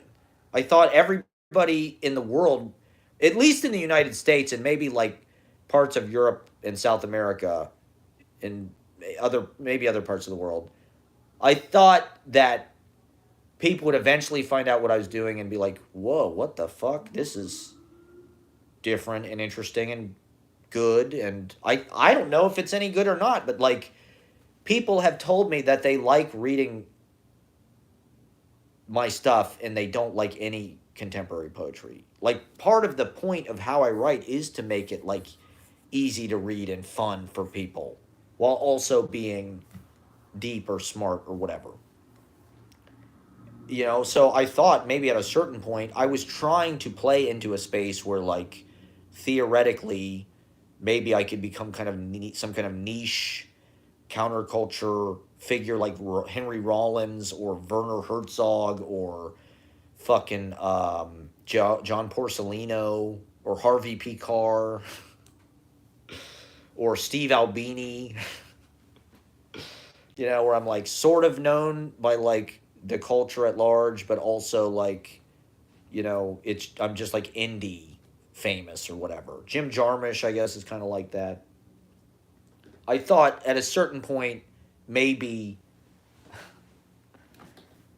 people would be like, well, these are like, modern pocket novels of travel, living poetry. This is a contemporary, like, Dharma Bums-ish project. But it's told in a poem that's almost like tweets, little haiku tweet stanzas that are jokes or observational humor. simple, clean, but informed by Joanne Kiger. Uh, yeah, um, Philip Whalen, Dailiness, the New York School, obviously, all of these things. And so imparting that through the open mic, how do you do that? How do you impart that to people? This knowledge, this way of doing things. These stand-up comedians, they're not thinking like artists. They're thinking like, what's the quickest deduction I can make that's going to like cause a laugh, that's just going to like reduce society to some kind of understandable bit or whatever. And it's like, comedy's like jazz. That's what these guys don't understand. It's like, that's what's interesting about it. Every comedian potentially has their own cadence and lyrical form, like poetry, like jazz. When you get up there, that's what's exciting to me about it. When I get up there, I feel like it's my chance to like play a horn solo, except I'm doing it through talking. And like, I think the comedians should explore that more. They should explore improvisation, spontaneity, trying things, not knowing what they're going to say, and just like going for it, going hard, digging deep, scraping deep, blowing, right? In the jazz, when these guys say blow, it means, you go deep and you find something and you push it out. You push, right? I mean, that was something that like during Trump era and during Wavetable, there was so much pressure and there was so much urgency to everything that it felt like going to this like hysterical kind of screaming. It wasn't hard to like blow, right? Because it felt like the world was dying. So it's just like, I'm just going to say every goddamn thing I can possibly think of and just like push it out. And there's less urgency now. We're kind of in sleepy Biden era. It's almost like a Jimmy Carter thing after Nixon or something, where it's just like, okay, everybody's going to chill for 4 years and like, here's $20,000. Let's forget this ever fucking happened. Let's forget that guy ever happened. And let's forget, everybody almost died for a second and you were trapped in your house for a year. Here's 20 grand. Like, just, it's hush money. We're buying you off. And so, I don't know. There isn't quite the same, at least for me, I don't necessarily feel the same, like, I don't know if that's like anger driven or panic driven or what, but relaxation, that's what the last 2 years have been about. In this space, this gift, oh my God, this apartment is the greatest thing that ever happened to me in my life. Thank you for getting me in touch. It's just been magical. I wish I could live here forever. I'd give anything to stay. I literally would do anything to stay in this apartment.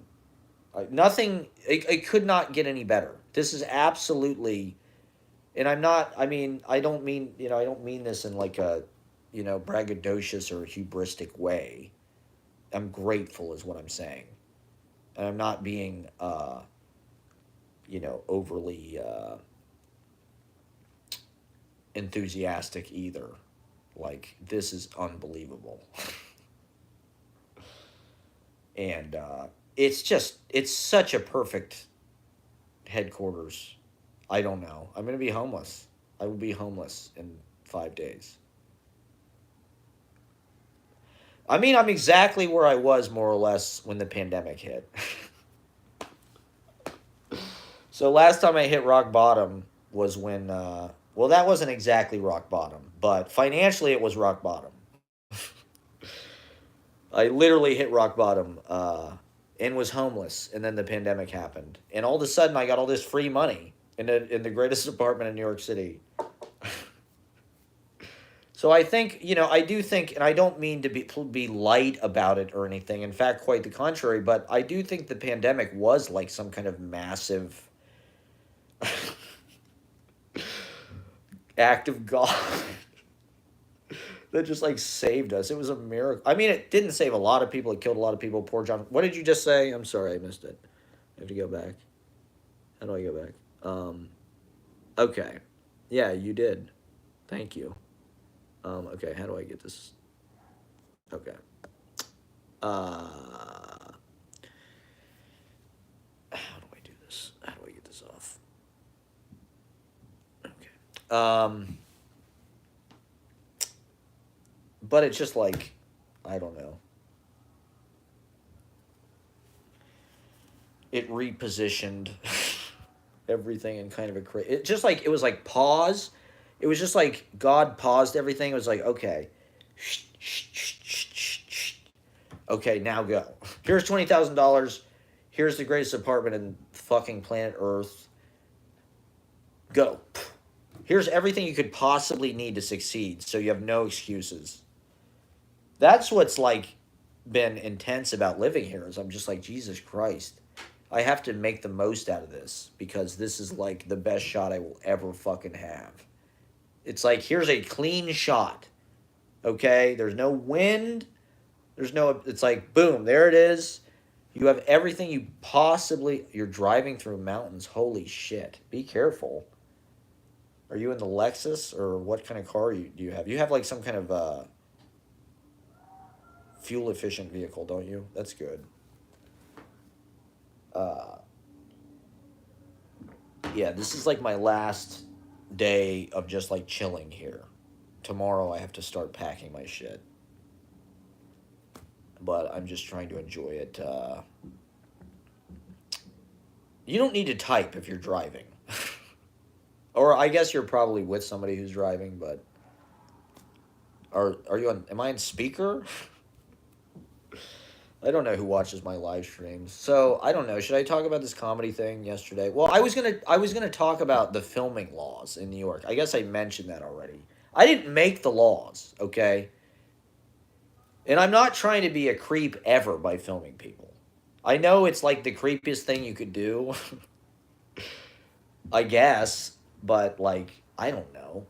Especially people who are in show business. If you are on stage, like the law in New York.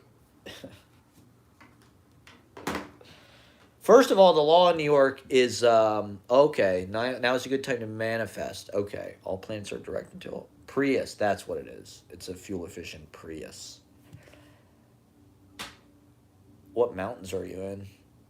Oh, you're driving to Santa Rosa right now, or those are treacherous. Oh, you definitely shouldn't be typing if you're driving.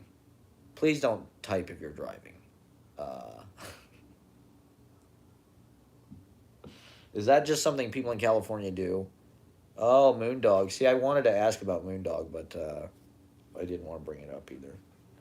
So you're taking Moondog back for... Is it a holiday or something? Or it's Valentine's Day. It's President's Day. um, I don't know. I'm hoping to get it picked up by NBC. I really think I'd work good at NBC. I think I'm an NBC material all the way. I think my whole life I've been groomed to work for NBC. You know, their content has been a big part of my personality, for better or for worse. And I think I should be like a correspondent. They should just give me a MSNBC. Put me on MSNBC every night. Put me on late night. Put me on like after Maddow. Put me on 11. Let me go head to head with fucking Tucker. I want to be the Tucker of MSNBC. Oh, by the way, if you could like the video, it helps. It does help at some point. Like and subscribe. But I want to be the Tucker of MSNBC. I want to be the liberal Tucker. I am a goddamn Democrat, okay? I know it's not cool to say. I am a fucking Democrat. I've always been a Democrat. I will always be a Democrat. I don't care who the fuck. It's like being a Browns fan or something. Okay? It's just like that's your team. You know? It's stupid. The allegiances are stupid. I mean, when I finally do run for president in 2040 something, or I don't know, it might be sooner than that. I might run in the 2030s. Okay, I'll tell you the story. But when I do run for president, I'm going to run on the Green Party, like Ralph Nader. I'll be the Green Party candidate. Oh my God, I'm so sorry. Your grandma, your mom's mom, my grandpa died a couple months ago. My mom's dad, Don Matthews. So now my grandma's the only grandparent I have left. My dad's mom died too. My grandma died. It's that, it's that I'm sorry. That's horrible.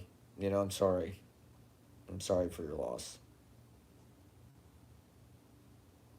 A lot of Tom Verlaine passed away. Fucking Jeff Beck died. Fucking Burt Bacharach died. It's just I don't know.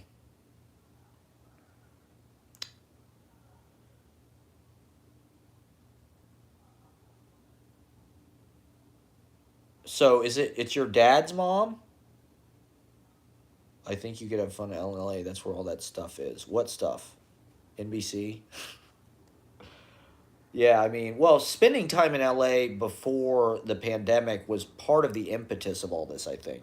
Because when I landed back at my mom's house, spending a year in Ohio big time because like there was no room for poetry really. You know what I mean? Like I wasn't on you my first of all, I was living with my mom and like I had to because I mean, I guess I could have found my own place somewhere in Columbus, but I wasn't going to do that. And I also wasn't going to move back to New York because as we know, it was like fucking insane. And as soon as this became a possibility, I was sort of holding out for this because this was obviously the dream, and it's a miracle that it worked out. It was absolutely a miracle, like I never it was. I'm so sorry. I'm so Mama Bazorg. Is that Mama Bazorg? I'm sorry that your grandma died. Um, yeah, my grandpa Don. I mean, he was 90 years old. Like he had a great life.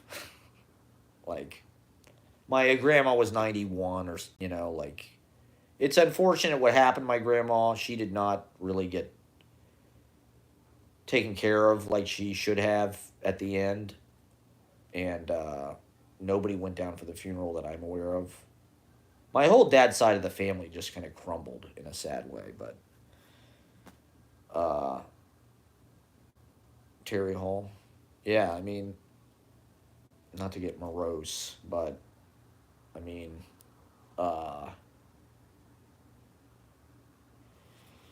when I was home in Ohio for the pandemic, part of it as I wanted to connect with my mom. I thought, well, here's an opportunity for better or for worse. I'm in this situation, like this is safe, and she helped me out, She let me stay there until I started getting unemployment payments, and that helped big time. That was unbelievable. But it was good for everything. It was good for the culture. Suddenly people were making stuff, people were live streaming. A lot of good came out of that money. All that unemployment money. I mean, whatever, people scammed it, whatever, that sucks, but like there were good things that came out of it too. Just for me as an artist and as a human being, it was it was universal basic income. That's what they should always do. In fact, they should I guess I've been living in a dream world in the past 2 years where like it has been utopic, and I have wanted to been in denial about it not being able to go on like this. Yes, I'm sorry. Sorry about Mama Bazorg. Um, damn. I'm sorry about that.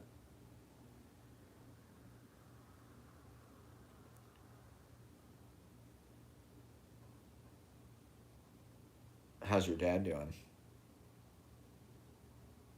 Tell him I say hello. Oh man, I'm sorry. Yeah, right. Yeah, I mean, when my grandpa died, it was like, wow, there goes the 20th century, you know. I really would have liked to have connected with him more. That was one of the things I tried to do when I was home. If you go back, I have an episode from 2015, my Christmas episode. I wanted to record his stories and shit, because I knew they're getting old. And I am into that stuff. I think that's important. That's one of the things I wanted to do at Poetry Project was just record people's stories and shit before they die. Now Bernadette Mayer's dead. A lot of people are, it's just people are getting older. We're getting older. I'm 38, but I'm younger now than I've ever been. I feel like I'm 19 or 17 even. I remember what it was like being 17 in Grandview Heights, going to the local movie theater on Grandview Avenue, the one screen movie theater, the Drexel Grandview, watching Memento. They played Memento every week for like months. Memento was there for like a fucking year. Christopher Nolan. That was an art house movie theater back when they had that. Back when that was a thing. Now there's no more art house anywhere that I'm aware of. Maybe there are. I suppose there are art house movie theaters. Is there? I mean, New York has got a few, I suppose.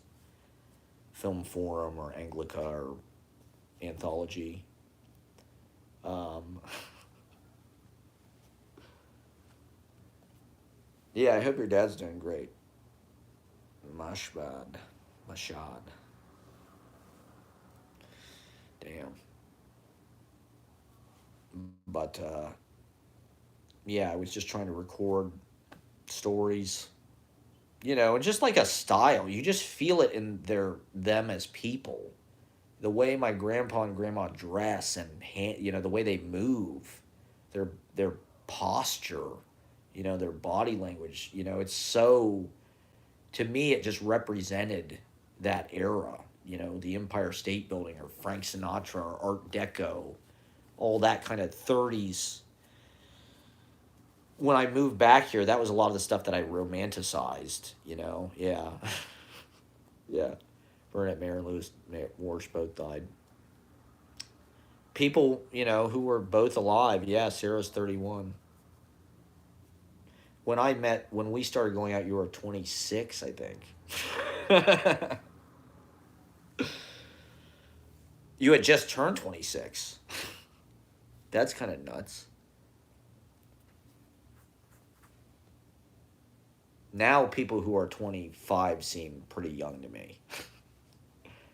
I don't mind being 38, but when I tell people I'm 38, they're like shocked in kind of an insulting way. And it's not because I look young. I think just when you're in your late 30s, like, and doing things that like people in their 20s are doing, you are old to them. I remember when I was in my 20s, there was this guy that hung out. We found out he was 39. It was like, God damn, you are old. Like, we're all 22. Like, you're fucking old as hell. But he looked young, he looked cool and young and edgy and shit. He was just aging hipsters. People who stay cool as they get old. I think that's the genre I want to be. Like Thurston Moore and Kim Gordon or Nick Cave.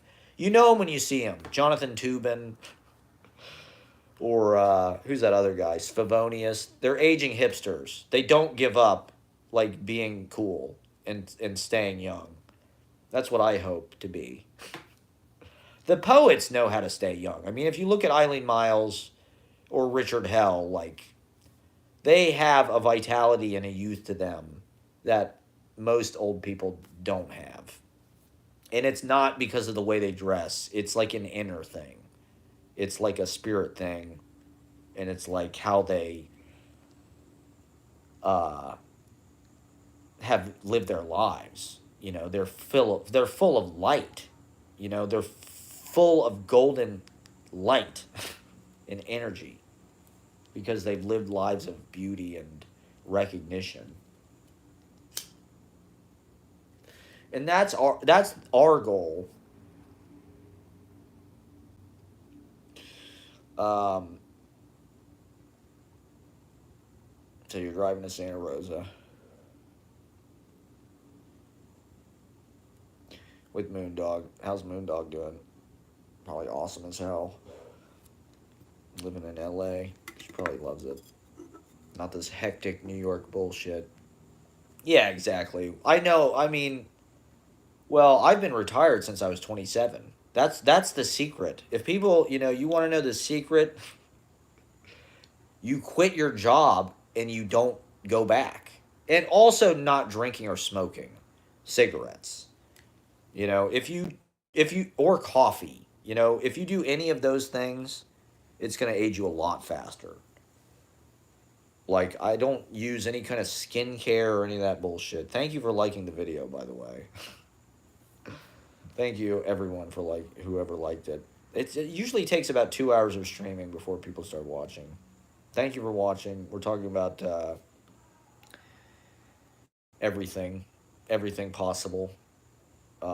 Poetry, how poetry is the secret to long life and youth. Looking young. Poetry is the secret to looking young. That's what people don't understand. It's that fucking simple. Devote your life to poetry, and you will stay young forever. It's that goddamn simple. I mean, even these rock and rollers get kind of haggard and shit. I was watching this Springsteen video. His voice is starting to go. They need to figure out a better way. When you're old, just sit on a goddamn stool and do what John Lee Hooker did. Just croak it out. Don't worry about it. It's cool.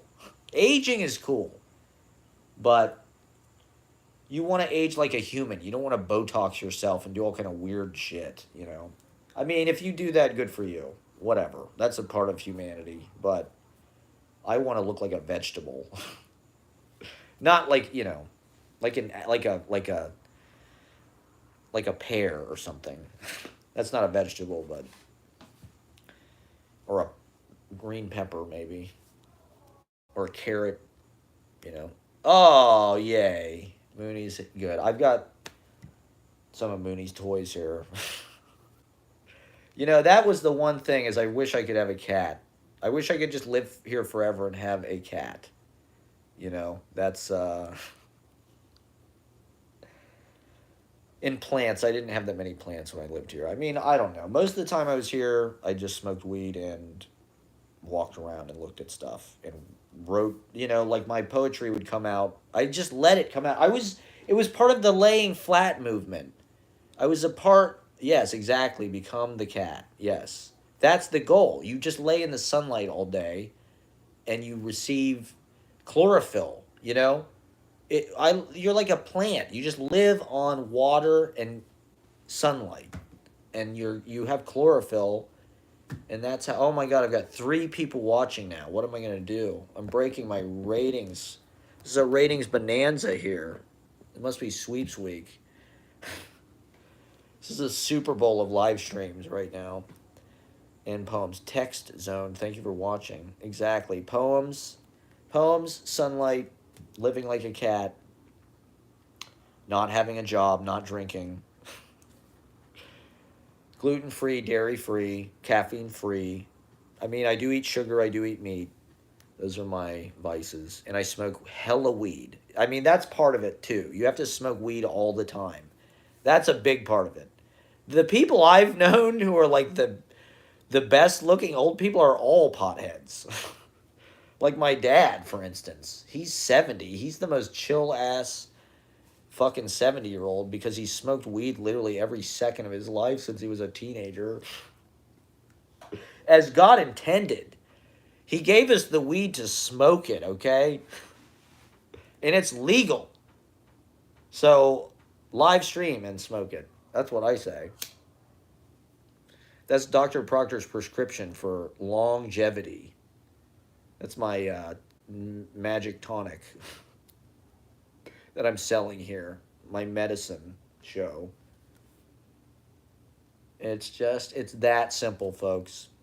Go to open mics, listen to people, listen to your elders. Stay away from your family. I don't know if that's a coincidence or not. Just stay out of all stress. Choose your stress. You know, like you need a certain amount of stress. We're built for stress. Choose your stress, okay? I'm a life coach. That's one of my bullet points. Choose your stress. Meaning, going on stage is stressful. Publishing, any of it. Being an artist is stressful, but it's necessary stress. And it gets you someplace. It's building a muscle that you want to build. And repetition, Frank T.J. Mackey, builds character and it builds muscle and strength. This comedy thing, I don't do that often. So when these comedians yesterday, should I talk about what happened yesterday? I don't necessarily want to nothing happened, but these comedians really laid into me. I'm not used to that. I don't have a thick skin. I didn't know comedians are just all like bullies. They all just make fun of you. That's not the attitude that I promote on my open mic. I want a supportive attitude, positive. You can criticize people, sure. You can have a critique. Let's have a critique. It's a crit sesh. Okay? It's not when I get up on stage, the first thing I'm going to say, I'm going to fucking make fun of you because you have no recourse. If I would have started talking back to these people, would have interrupted the whole show. They all went after me. Literally every single one of them had some funny fucking smart-ass remark to make about how I just killed. I laid waste to their whole reality. They couldn't handle it. I just shattered their reality, and they bullied up on me because they were confused and scared. Because I literally changed the whole game. I changed the future of comedy yesterday. That was like Dylan going electric. They don't even fucking understand what just fucking happened, okay? I destroyed the old tradition with an axe. It is dead. There's no more folk music on McDougal Street, okay? There's only fucking extreme noise punk comedy from here on out. We're taking over the open mics. We're taking over these venues. I'm getting my artists. I'm taking over these venues. We're making it interesting again. We're putting real art and real poetry in these fucking venues. Not this lame, fake jazz. Gatsby, lawn party, jazz for rich people. That's all it is. It's tech and finance money laundering. We don't want your filth, okay? We're real artists. We're subsisting. You pay the 2-drink minimum. We're entertaining you. We're showing you how it was in the beauty of real life and real artistry. You don't know Jonas Mekas. You don't remember Taylor Mead. We were there. We saw the last of the Warhol superstars before they renovated the Chelsea Hotel and turned it into a boutique hotel for financiers. The financiers just rearrange everything to their liking. We want this now. We want Bed-Stuy. We want Crown Heights. We're buying all these houses. We own it now. This is our little campus for our European financier class and Rupert Murdoch employees. And that's not us, okay? We are keeping the consciousness alive, and we are the counterculture, and we're birthing the new art forms in spite of their hatred and in spite of their ignorance and in spite of them trying to hold us back. They're commercial. They're commercial. It's gross. Have you seen the Cafe Wauhouse band? They sound like fucking Steve Vai or Joe Satriani, Joe Bonamassa. They sound like, I don't know, some kind of band that should be playing at an amusement park. It is an amusement park. It is an amusement park. Manhattan is like the Disney World of itself. But if it's going to be an amusement park, at least let us be like the punk rock mascots.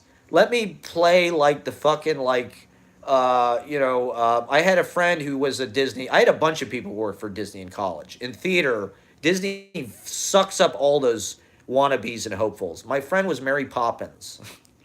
and got paid, minimum wage and had to like live in Disney housing and shit. Let me be the Mary Poppins of the Disneyland of Beat Manhattan and Poetry Manhattan. I'll be the tour guide. Let me be the Speed Levitch for the tech elite. I can speak their language, okay? They will like me. Let me talk to them directly. Don't make me go through these fucking gatekeeping bullshit while having to fucking perform with all these other miserable comedians who don't have any fucking original ideas. They're not artists. We need Jackson Pollock in this fucking Grizzly Pear. We need fucking Charlie Parker would be puking his guts out if he saw this shit. Charlie Parker would be spinning, spinning. These were great artists, and it's been handed over to just. I mean, that's New York. It's crass commercialism, but it's just. I think if you put something interesting in there, people would actually go, "Oh wow, this is New York. These are those crazy poets. Something interesting and new is happening here. It's not just like some Marvis Miss Maisel fucking like reunion throwback or something. That's cool. I think that's cool too. Like let's capitalize on that. But like, Lenny Bruce was in the fucking Up and Up. He wasn't. It wasn't fucking somebody trying to be Nick DiPaolo or Sam Morrell or who the fuck Mark Normand. All these Norm Macdonald ripoffs. There are artists. Don't get me wrong. I saw Todd Barry the other day. Our friend Todd Barry, who we know well. He's an artist. There are remnants of the alt comedy stuff. Like Colin Quinn is all right. He's cool. Dave Attell is cool. I saw Rich Voss on McDougal Street. I even like Rich Voss. But Mark Norman and Sam Morrell, I don't know. I haven't seen anything yet that was that impressive to me. I have 3 people watching my live stream, and that is like a huge triumph for me. And yet Mark Norman and Sam Morrell have like millions of fucking views and clicks. Because they play into the algorithm, man. The algorithm doesn't want subversive human, I don't know. I don't even know what the fucking algorithm is. My live stream is the laziest possible way I could do it. I don't like set up any cool graphics or anything, so I apologize. But yeah, the music scene, it's like all the bands are like, I don't know. They're just an image. They look good. They present themselves professionally. These comedians that get booked on this stuff, it's like they're working to make set up punchline stuff. They're not trying to do anything avant-garde, or I don't even think they know about that or care. you know they're trying to be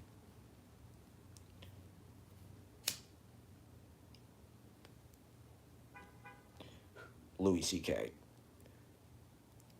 Janine Garofalo is still around. I would love to have Janine Garofalo on the open mic. I thought about, so I saw Todd Barry in Whole Foods the other day. He was in like that coffee shop in the Whole Foods on Houston. He's always in that area because he lives around there somewhere. I see him every few months.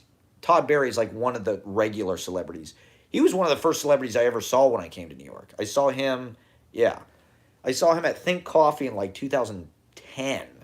Literally when I first fucking moved to New York. I was in Think Coffee on 4th Ave by Union Square. And Todd Barry was sitting there. To me at the time, it was like, holy shit. Todd Barry was on Dr. Katz.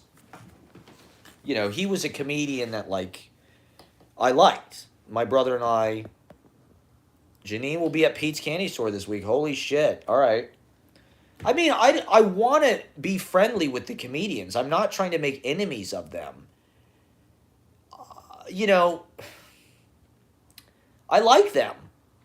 But I also don't want the audience to get offended. And so, like, they're just doing what they feel is natural and what they've been trained to do. But I'm trying to get them to think a little deeper or just outside that box or something. You know, comedy and poetry are so similar, and comedians, the shapes of their jokes are like poems. Oh, okay, Janine Gruffalo was at Pete's yesterday. See, she's cool. She wants to be a part of. She's a fucking movie star, man. She was in The Truth About Cats and Dogs with Uma Thurman. She was a big deal in the fucking 90s. And to be honest, I love her comedy, and she is a big influence on what I'm trying to do. I remember seeing her on some fucking thing in the 90s. I was raised on Comedy Central, man. It's all I fucking watched when I was a kid. And Comedy Central is literally a pipeline into New York stand up culture. That's literally all it is. It's like, here's fucking Jeffrey Ross, here's Dave Attell, let's put them on fucking TV in every house in America for some reason. They don't do with this with poetry. But like jokes, you have one-liners. You have this is something that I think Norm Macdonald understood. And one of the reasons why people like him is because he was thinking about it in this way. He would tell Shaggy Dog stories that went on and on and on. He was thinking about the sizes of the jokes and the angles of the jokes. He was in the way that poets do. There's a lot of different kinds of poems you can write. You can write two-line poem. You can write a one-line poem. You can write a haiku. You can write a sonnet. You can write a long. There's a lot of different things you can do. But the poets are not necessarily thinking as. Yeah, Norm is great. I love Norm, but I don't like the people that try to imitate, and not they don't. It's like, I don't know. I don't want to go into it right now, but he's great. He's hilarious. Frank Stallone. It's in my 1 year book, Frank Stallone.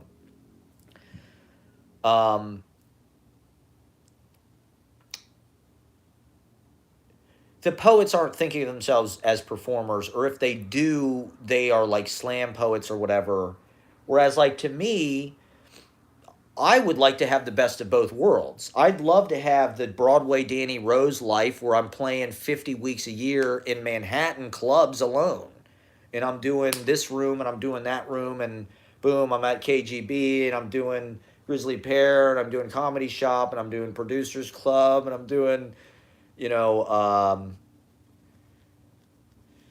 Heaven Can Wait or Berlin or, Pete's or, I'm doing Boog City next weekend, but as a poet, there's way less opportunities to perform. As a comedian, there's a half dozen open mics a day, right? And so, I don't know. I think our generation, and I think people are hungry for a deeper discourse. And I think a lot of people do go to poetry now. It's cool, but it's also like, it's more than that. Like, people understand the function of poetry, and it's more present in our lives because it always is.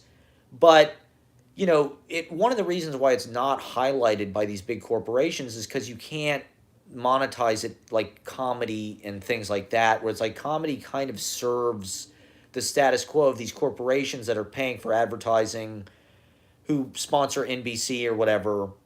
Poetry, I don't know. If you get on and read a poem, I don't know. Television has become less about that kind of stuff quickly and rapidly. If you watch The Tonight Show with Carson from the 70s or whatever, he might have somebody read a poem, but it's always like Jimmy Stewart reading a fucking poem he wrote, or there was one that Orson Bean recited a poem. And it was more like doggerel.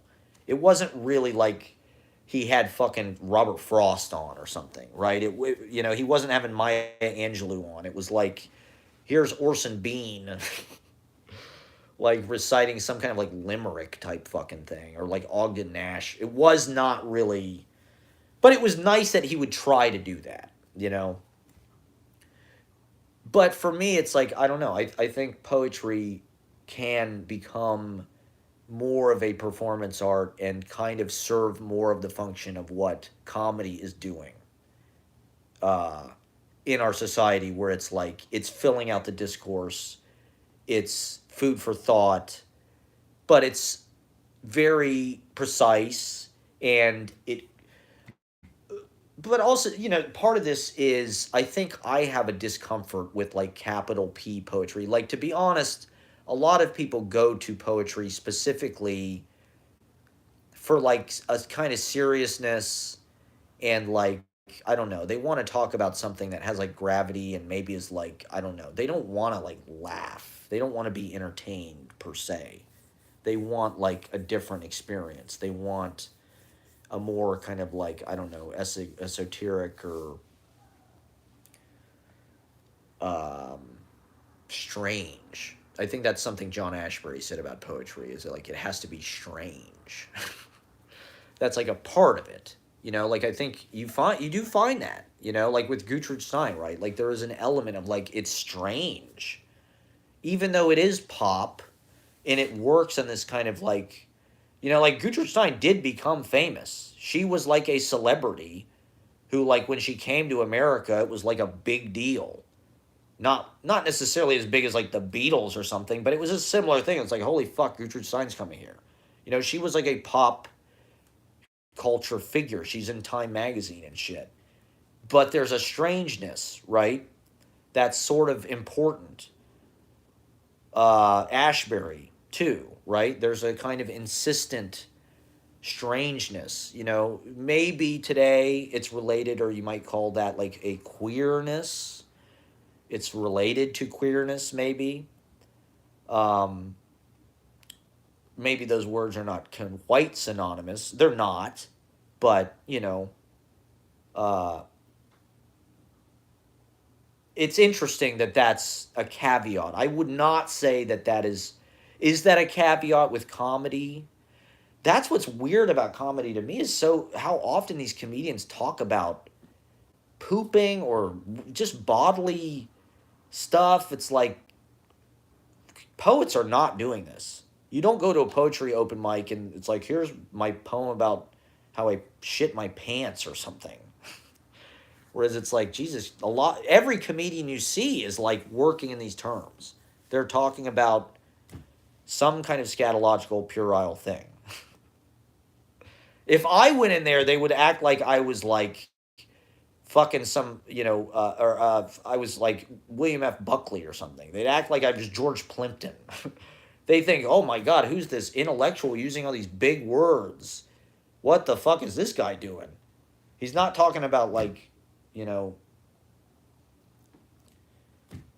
I don't even want to go there.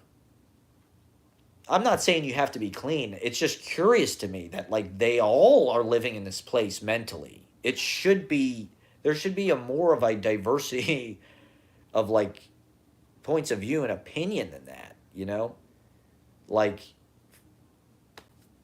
uh I don't know. I went in there, I guess I broke all the rules. So, should I talk about what happened? I don't know. I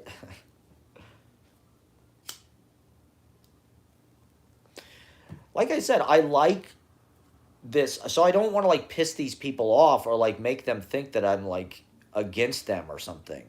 But it is hard to like kind of harmonize them into, oh my God, now there's four people watching. Are these all comedians? These are all comedians waiting to cancel me. I thought I was going to get canceled. I was this close to being canceled. It was like I was Louis. All the great ones. I was thinking about this yesterday. Woody, Louis, now me. We all get canceled. All the great subversive, ahead of their time. They have to bring us down. No, I'm just kidding, of course. But what I did was innocuous, okay? I was at a stand-up comedy show. It was an open mic. I'd never been to this venue before. I didn't really know anybody there. I was just going to try it out. Like I was explaining earlier, I was like just trying to like um I really wanted to do a good job. And I was trying to be enthusiastic. What a lot of these open mics are lacking is people who are enthusiastic and actually want to be there. So I thought I was just bringing good vibes. I was like, I'm going to laugh. I'm going to be energetic. Like, I'm not going to let this just be some kind of soul crushing open mic where like the fan is spinning. And that's like the most apparent. It's one of those vibes. There's nobody in the room. The comedian's telling jokes, and all you hear is like the fan spinning. It's like that's the average comedy open mic. So it's like I'll laugh, like I'm gonna like this is I think they're all performances. They're all rituals. It's all special.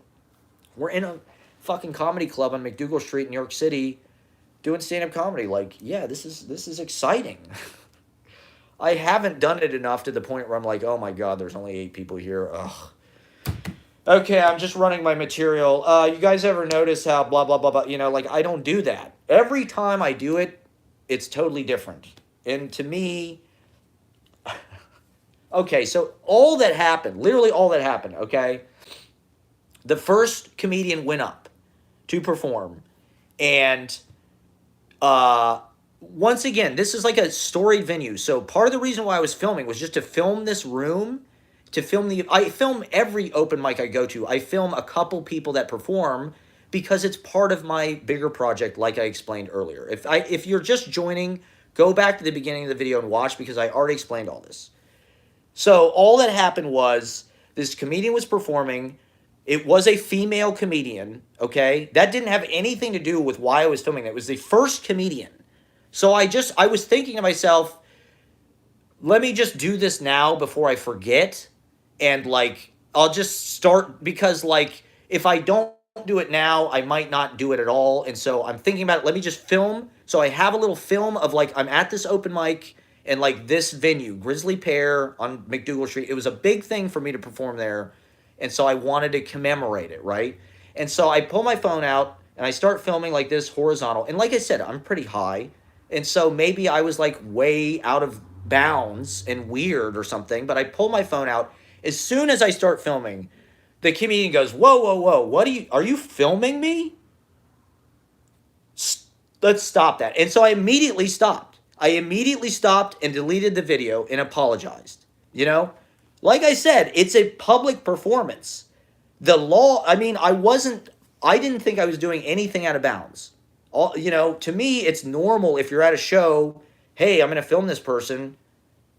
Maybe I'll post it. Or, like I wasn't even going to do that. It was just like, I already explained why I was doing it. To me, it was not unusual. This is something people do at performances. Something people do.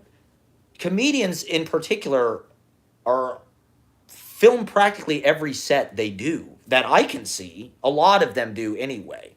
So I guess I was maybe going in with an assumption that that was not unusual, but she stopped me immediately. She said, you're filming me? So immediately she jumps to the conclusion, right, that what am I going to do with this? I'm going to like do something weird with it, which is not true.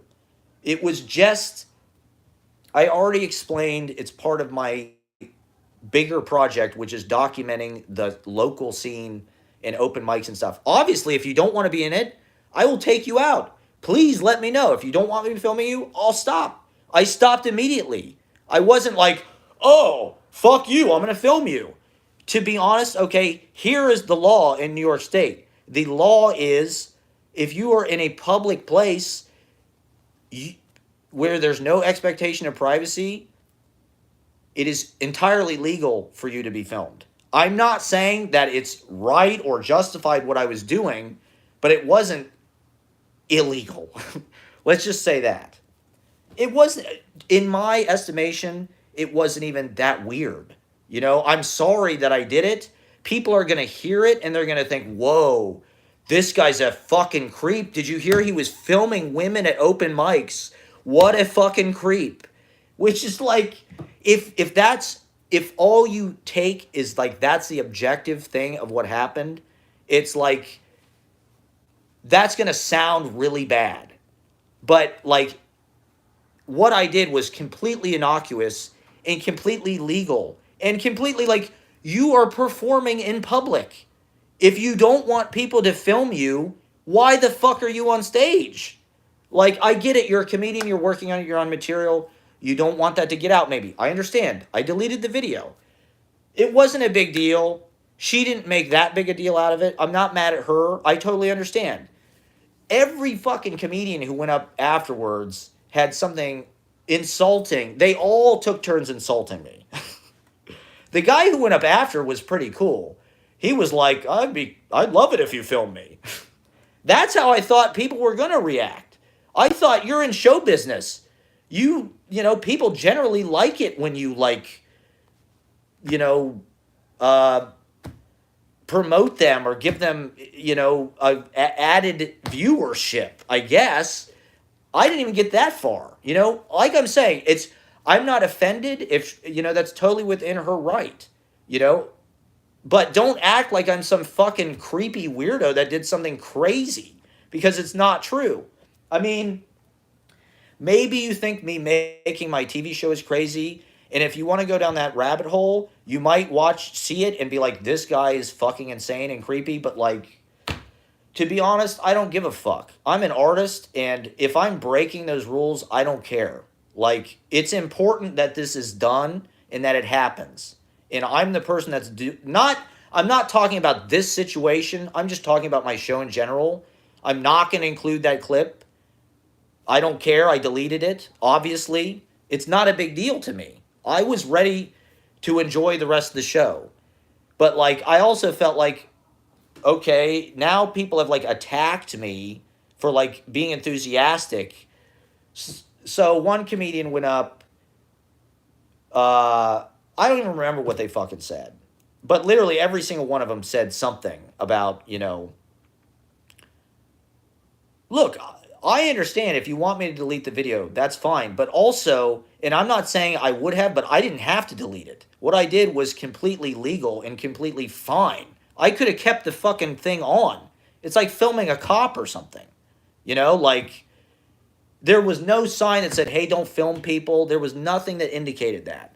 It was something that should have came and went and been not a big deal at all. But these comedians are so insecure that they just have to jump on anything that's going to make them feel better about themselves. So I went up. I stayed the whole time. I went up. I did my 5 minutes. I went up on stage. The first thing I said, and the only reason I fucking said anything is because everybody was talking about it. It was insane. Every single fucking person who went up was talking about it. The only reason I said anything is because everybody was talking about it. I shouldn't have said anything. I shouldn't have even said this. It's stupid to even talk about because it only gets you into more trouble because it just sounds like I'm a fucking weirdo. But it's like, I went up and I said, I'm sorry. That was the first fucking thing I said. I'm sorry I did this. I deleted it immediately. And I tried to explain my project, which I said, I've got, which I should not have done. Because I don't know, it probably did just sound insane, where I'm just talking about, I do sort of like, I'm not even going to go into it now, but I tried to explain my project. Let's just say that. We're like, I'm just trying to promote local artists and local culture, basically. Which not necessarily that comedian in particular. Like I said, they just happened to be there. There was nothing special about that comedian. I wasn't like, oh yeah, let me get this fucking video of this chick. I'm going to take it home and like fucking beat off to it, which is what everybody thinks. Oh my God, you're filming women? Ho! Like, I understand that's a touchy issue. And like, that is completely within their right. It's a different thing. And I understand that. That's why I fucking deleted it and like was understanding. Once again, don't act like I'm some like fucking like pervert or something. Because I didn't do anything that was even unusual. Like, I'm sorry. You'd have thought I was Michael Richards. The way they acted. It was like I was Michael Richards. So I went up on stage. I sort of tried to explain. Then I sort of went into a rant about like narcissism and how everybody films everything, basically. I mean, I'm not wrong. I mean, everybody films everything. And people love to be filmed. And they love it when you tag them. I'm not saying that she has to. Or like she can have, it's her right to, that's fine. I respect that. I am respecting that. But don't act like people aren't filming everything and loving it. So that was what I was doing was not very funny, but it was smart. I thought I was like in the zone. I thought I was doing okay.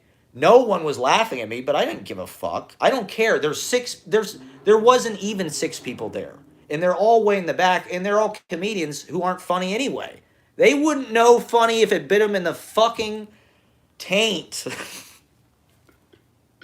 They wouldn't know they don't know from funny.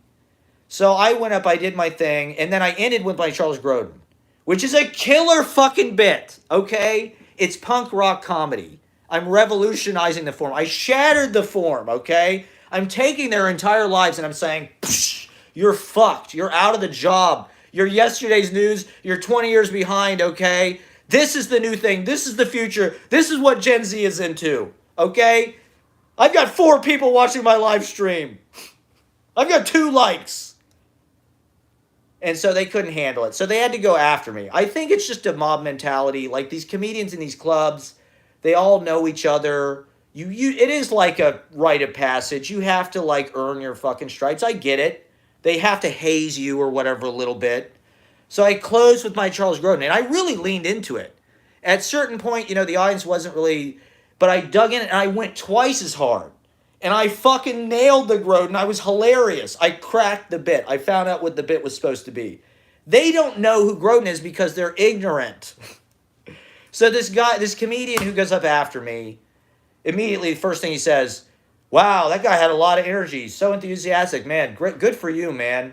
Like, I'm so glad that you were, like, so enthusiastic about that thing that nobody cares about.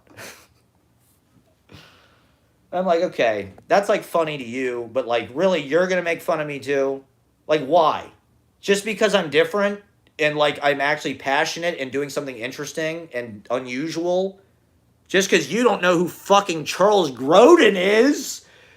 You're a Philistine. That's not my fucking problem, okay? Mark my words, I will do that fucking impression on fucking Saturday Night Live. That Charles Grodin impression is going to sweep the fucking nation. You will see me do that goddamn impression with Martin Short on goddamn SNL next season. I fucking promise you. This guy's going to eat it. That bit is fucking killer. And so I'm like, okay, this guy's make fun of me now. Then the comedian that goes up after him, who I didn't know. I don't know any of these people.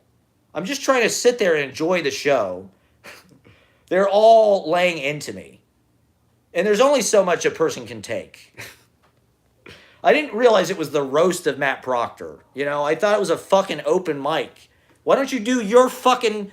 Run your bit that you fucking are trying to run. Do your little comedy workout. You don't care about us anyway. You don't want to be filmed, so why should I watch you? I just checked out. After they started making fun of me, I was like, okay, fuck you then. I'm not listening. Like, if you're going to make fun of you, you're a piece of shit. I don't know you. You don't know me. They got the vibe that I had done something, like, inappropriate towards, like, their female comic friend. Which, like, was a gross, like, the situation just got out of hand. Nothing even fucking happened. Honestly, maybe I should have just walked out, but I wanted to do it. I don't know. To be honest, every other comedian that goes up is way more offensive than me. Every other comedian that performs is 10 times more offensive than anything that I did. And like they're looking at me like, who the fuck is this guy think he is? It's like, I'm sorry, I don't know why I have these effects on these venues. I don't know why these venues ban me or, like, why these people have a problem with what I'm doing, but I'm bringing the energy, and I don't give a fuck. Fuck you. Like, I didn't do anything that was that, I was relatively conciliatory, I thought. When I went up there to apologize, I was trying to, like... It's comedy. This is what you're supposed to do. You're supposed to acknowledge and talk about shit. That's what it's for. Like, we're supposed to be able to like laugh at this, right? Like you gotta see that like you guys really get pissed at the audience for getting offended at stuff. Look how offended you are. Nothing even happened. Like they are the ones that are fucking overly sensitive and crazy. You know, their bits, if they went to a psychiatrist, the psychiatrist would be like, "You're fucking crazy. You need help. You need to be institutionalized. Why are you talking about?" This comedian ventriloquist was talking about, he was talking about violence toward women. His act, the punchline was like violence toward women and Jews and stuff. It's like, that is hateful. What I did, I was trying to promote somebody or promote this event that otherwise would have just been like a fucking tumbleweed. It was like a dry cactus. That's what these fucking open mics on McDougal Street are like. They're like fucking dry, dead fucking cactus. So I was just trying to pump some fucking Miracle Grow and some nutrients into it. And so the comedian who goes up after the guy who insulted me for being enthusiastic about Charles Grodin, which is not a crime, sir. In fact, he has many enthusiastic fans. He's something of a fucking cult figure. If you knew anything about comedy, you would fucking bow at his feet, but you don't because you're a hack. His whole thing was about how Mexican people don't have spies. You ever heard of a Mexican spy? You wouldn't. You don't think so. It's like, okay. So people care about this, your hate speech about Mexico. Good for you. You should be real proud of yourself. I try to go up and talk about real shit and do like, a kind of performance art piece. Freestyling and collaging and honesty, And I dug in. I thought I did great. That's what they were offended by. The fact that I enjoyed myself. And they hate themselves. So anyway, the guy who goes up after him goes, "Man, you really didn't have to say anything. Like, when you get up there, you really didn't have to say anything. But I got to say, that apology was the rapiest thing I've ever heard in my life." It's like, I couldn't believe this guy said this to me. Because, first of all, you're a stand-up comedian. There's no way what I said is the rapiest thing you've ever heard in your life. I hear 15 things that are way worse at every open mic I ever go to. I was trying to explain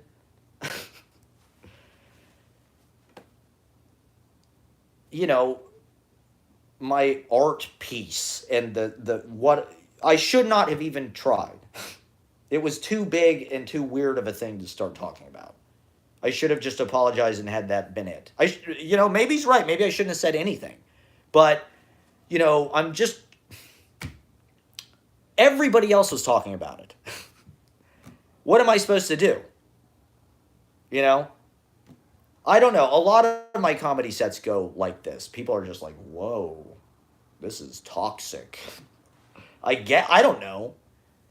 I don't think so. I didn't think what I said was toxic at all. I was just, it's a nuanced situation. And so that kind of shit gets lost, I guess. But, after that, I was just like, fuck all these people. Fuck this place. Like, I was not trying to be... I get it. It's complicated, the male gaze and all that kind of stuff. I get it. That's why I deleted the video and immediately was conciliatory about it. I was ready to just leave it behind. I wouldn't have said anything about it if every other fucking comedian who went up didn't just, attack me. I'm sure the ones who left going, "Oh, god damn, this fucking, you should have saw." Because somebody later referred to it as a fiasco. One of the comedians who went on later, who was not there, was like, "Yeah, I don't know exactly what happened in the whole fiasco." It's like, it literally could have been, literally nothing. I'm sorry, because I don't mean to, vilify the comedian for, asking to not be filmed. That's totally fine. So I'm not trying to make them the bad guy or anything. But also, I think there's something to be said to just, come on, you're a comedian, you're on stage. What I was doing was not, don't act like I'm some fucking, flasher or, I jacked off in front of you on the subway, okay? I'm not Louis, Okay? Okay, I didn't like lock you in a room and jack off in front of you. Like, I don't know. If you want to cancel me, then I'd probably just get attention. I don't know. None of those people knew who I was. So I don't know if there's going to be like some kind of like, oh my God, this Matt Proctor guy went to Grizzly Pear. And, if they talk about it in a way that's fair, I hope the discussion is, yeah, he started filming the thing. He stopped after 3 seconds when she asked him to. That was the end of it. Like, that's what happened. That's literally what happened. It's not like I fucking the Grizzly gays. There you go. I didn't whip my dick out on stage and force everybody to watch me jack off, which is also legal, I think. I mean, New York used to be tough, right? Gigi Allen used to throw shit at people. Like, this person got offended because I filmed them for 3 seconds. Like, what the fuck do you think I'm going to do with it? These people listen to too many fucking serial killer podcasts. That's the goddamn problem. They think, oh my God, this guy's a serial killer. He took a video of me doing my comedy on stage. Okay, I'm sorry. I don't mean to make fun. I'm sorry. I might have to make this video private.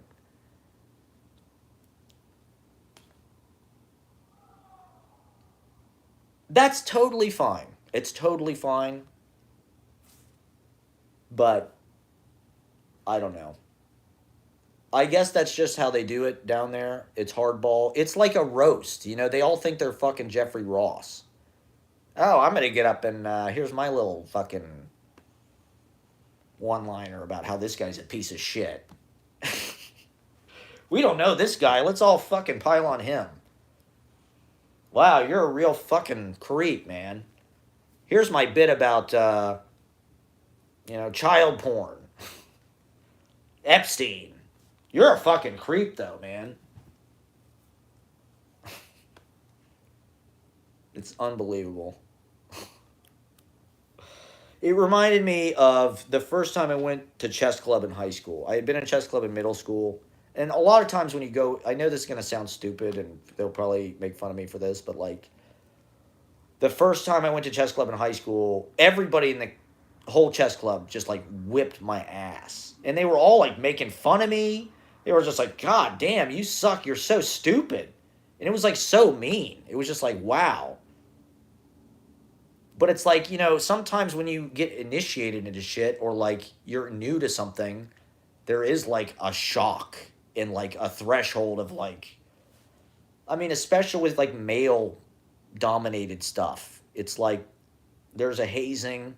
I'm not saying that's good, but also like there's a learning curve, Maybe I go in with too much attitude and too much spunk and too much enthusiasm. I think that's kind of what the problem was. I think they thought this guy, I had too much golden energy coming out of me. I was really feeling great when the thing started. I was sitting on the side of the stage, like smiling, ready to laugh. Oh, the final straw was the last comedian who went on, who was a comedian. I was just trying to stay and like support people. The final comedian who went on, who wasn't even there when it happened, I laughed at like a setup she had for one of her jokes, and she said something about don't laugh at the setup, dumbass, or something like that, something to that effect. And I was just like, God, all these comedians, like, I'm trying to help them. I'm just trying to laugh and be like enthusiastic about this, and they are like attacking me. To me, that says way more about just like, the cliche is that poets are like sad or something, but like, man, comedians are the ones that are fucked up. Everything that you think about poets is probably more true of comedians. We're like, man, they're just like, you can't, they're just broken, man. They're sad, they're insecure, and they're highly sensitive, and like they will attack you. If they think you're coming after them, boom, they're going to go way after you.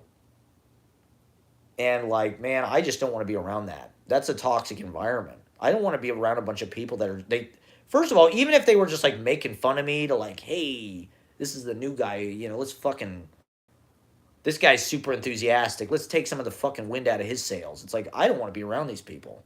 Like that's fucked up. Like poetry's I've never experienced that at a reading. I've had readings where maybe people didn't love what I did and thought, who does this guy think he is? Yeah. Uh, but yeah. But I've never had poets like go up and be like, wow, that guy was really a piece of shit. Good for you, man, with your poem about like flowers or whatever. That thing that you fucking nobody gives a shit about. Good for you, man. Awesome. I guess with poetry, it's a different contract you're entering into. With comedy, there's this supposed need to make the audience laugh, which I don't give a fuck. Fuck the I mean, you should be able to make them laugh, but you should not try. And you definitely shouldn't tell jokes. I couldn't imagine anything lamer than telling jokes. Okay, I think I'm gonna get off. I've been doing it almost over 3 hours. I gotta get some supplies. I'm having some people over tonight for the poetry party. Thank you for watching. Go back to the beginning.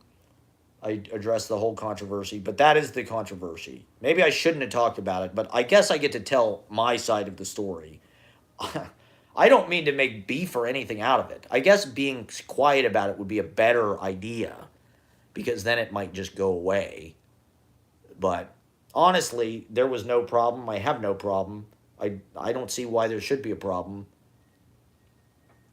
We'll see, I guess. I hope I don't get canceled. But thank you for watching.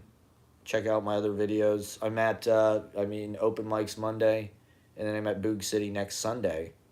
This might be my last dispatch from the apartment. I don't know. We'll see. It's been glorious. It's been the greatest time of my life.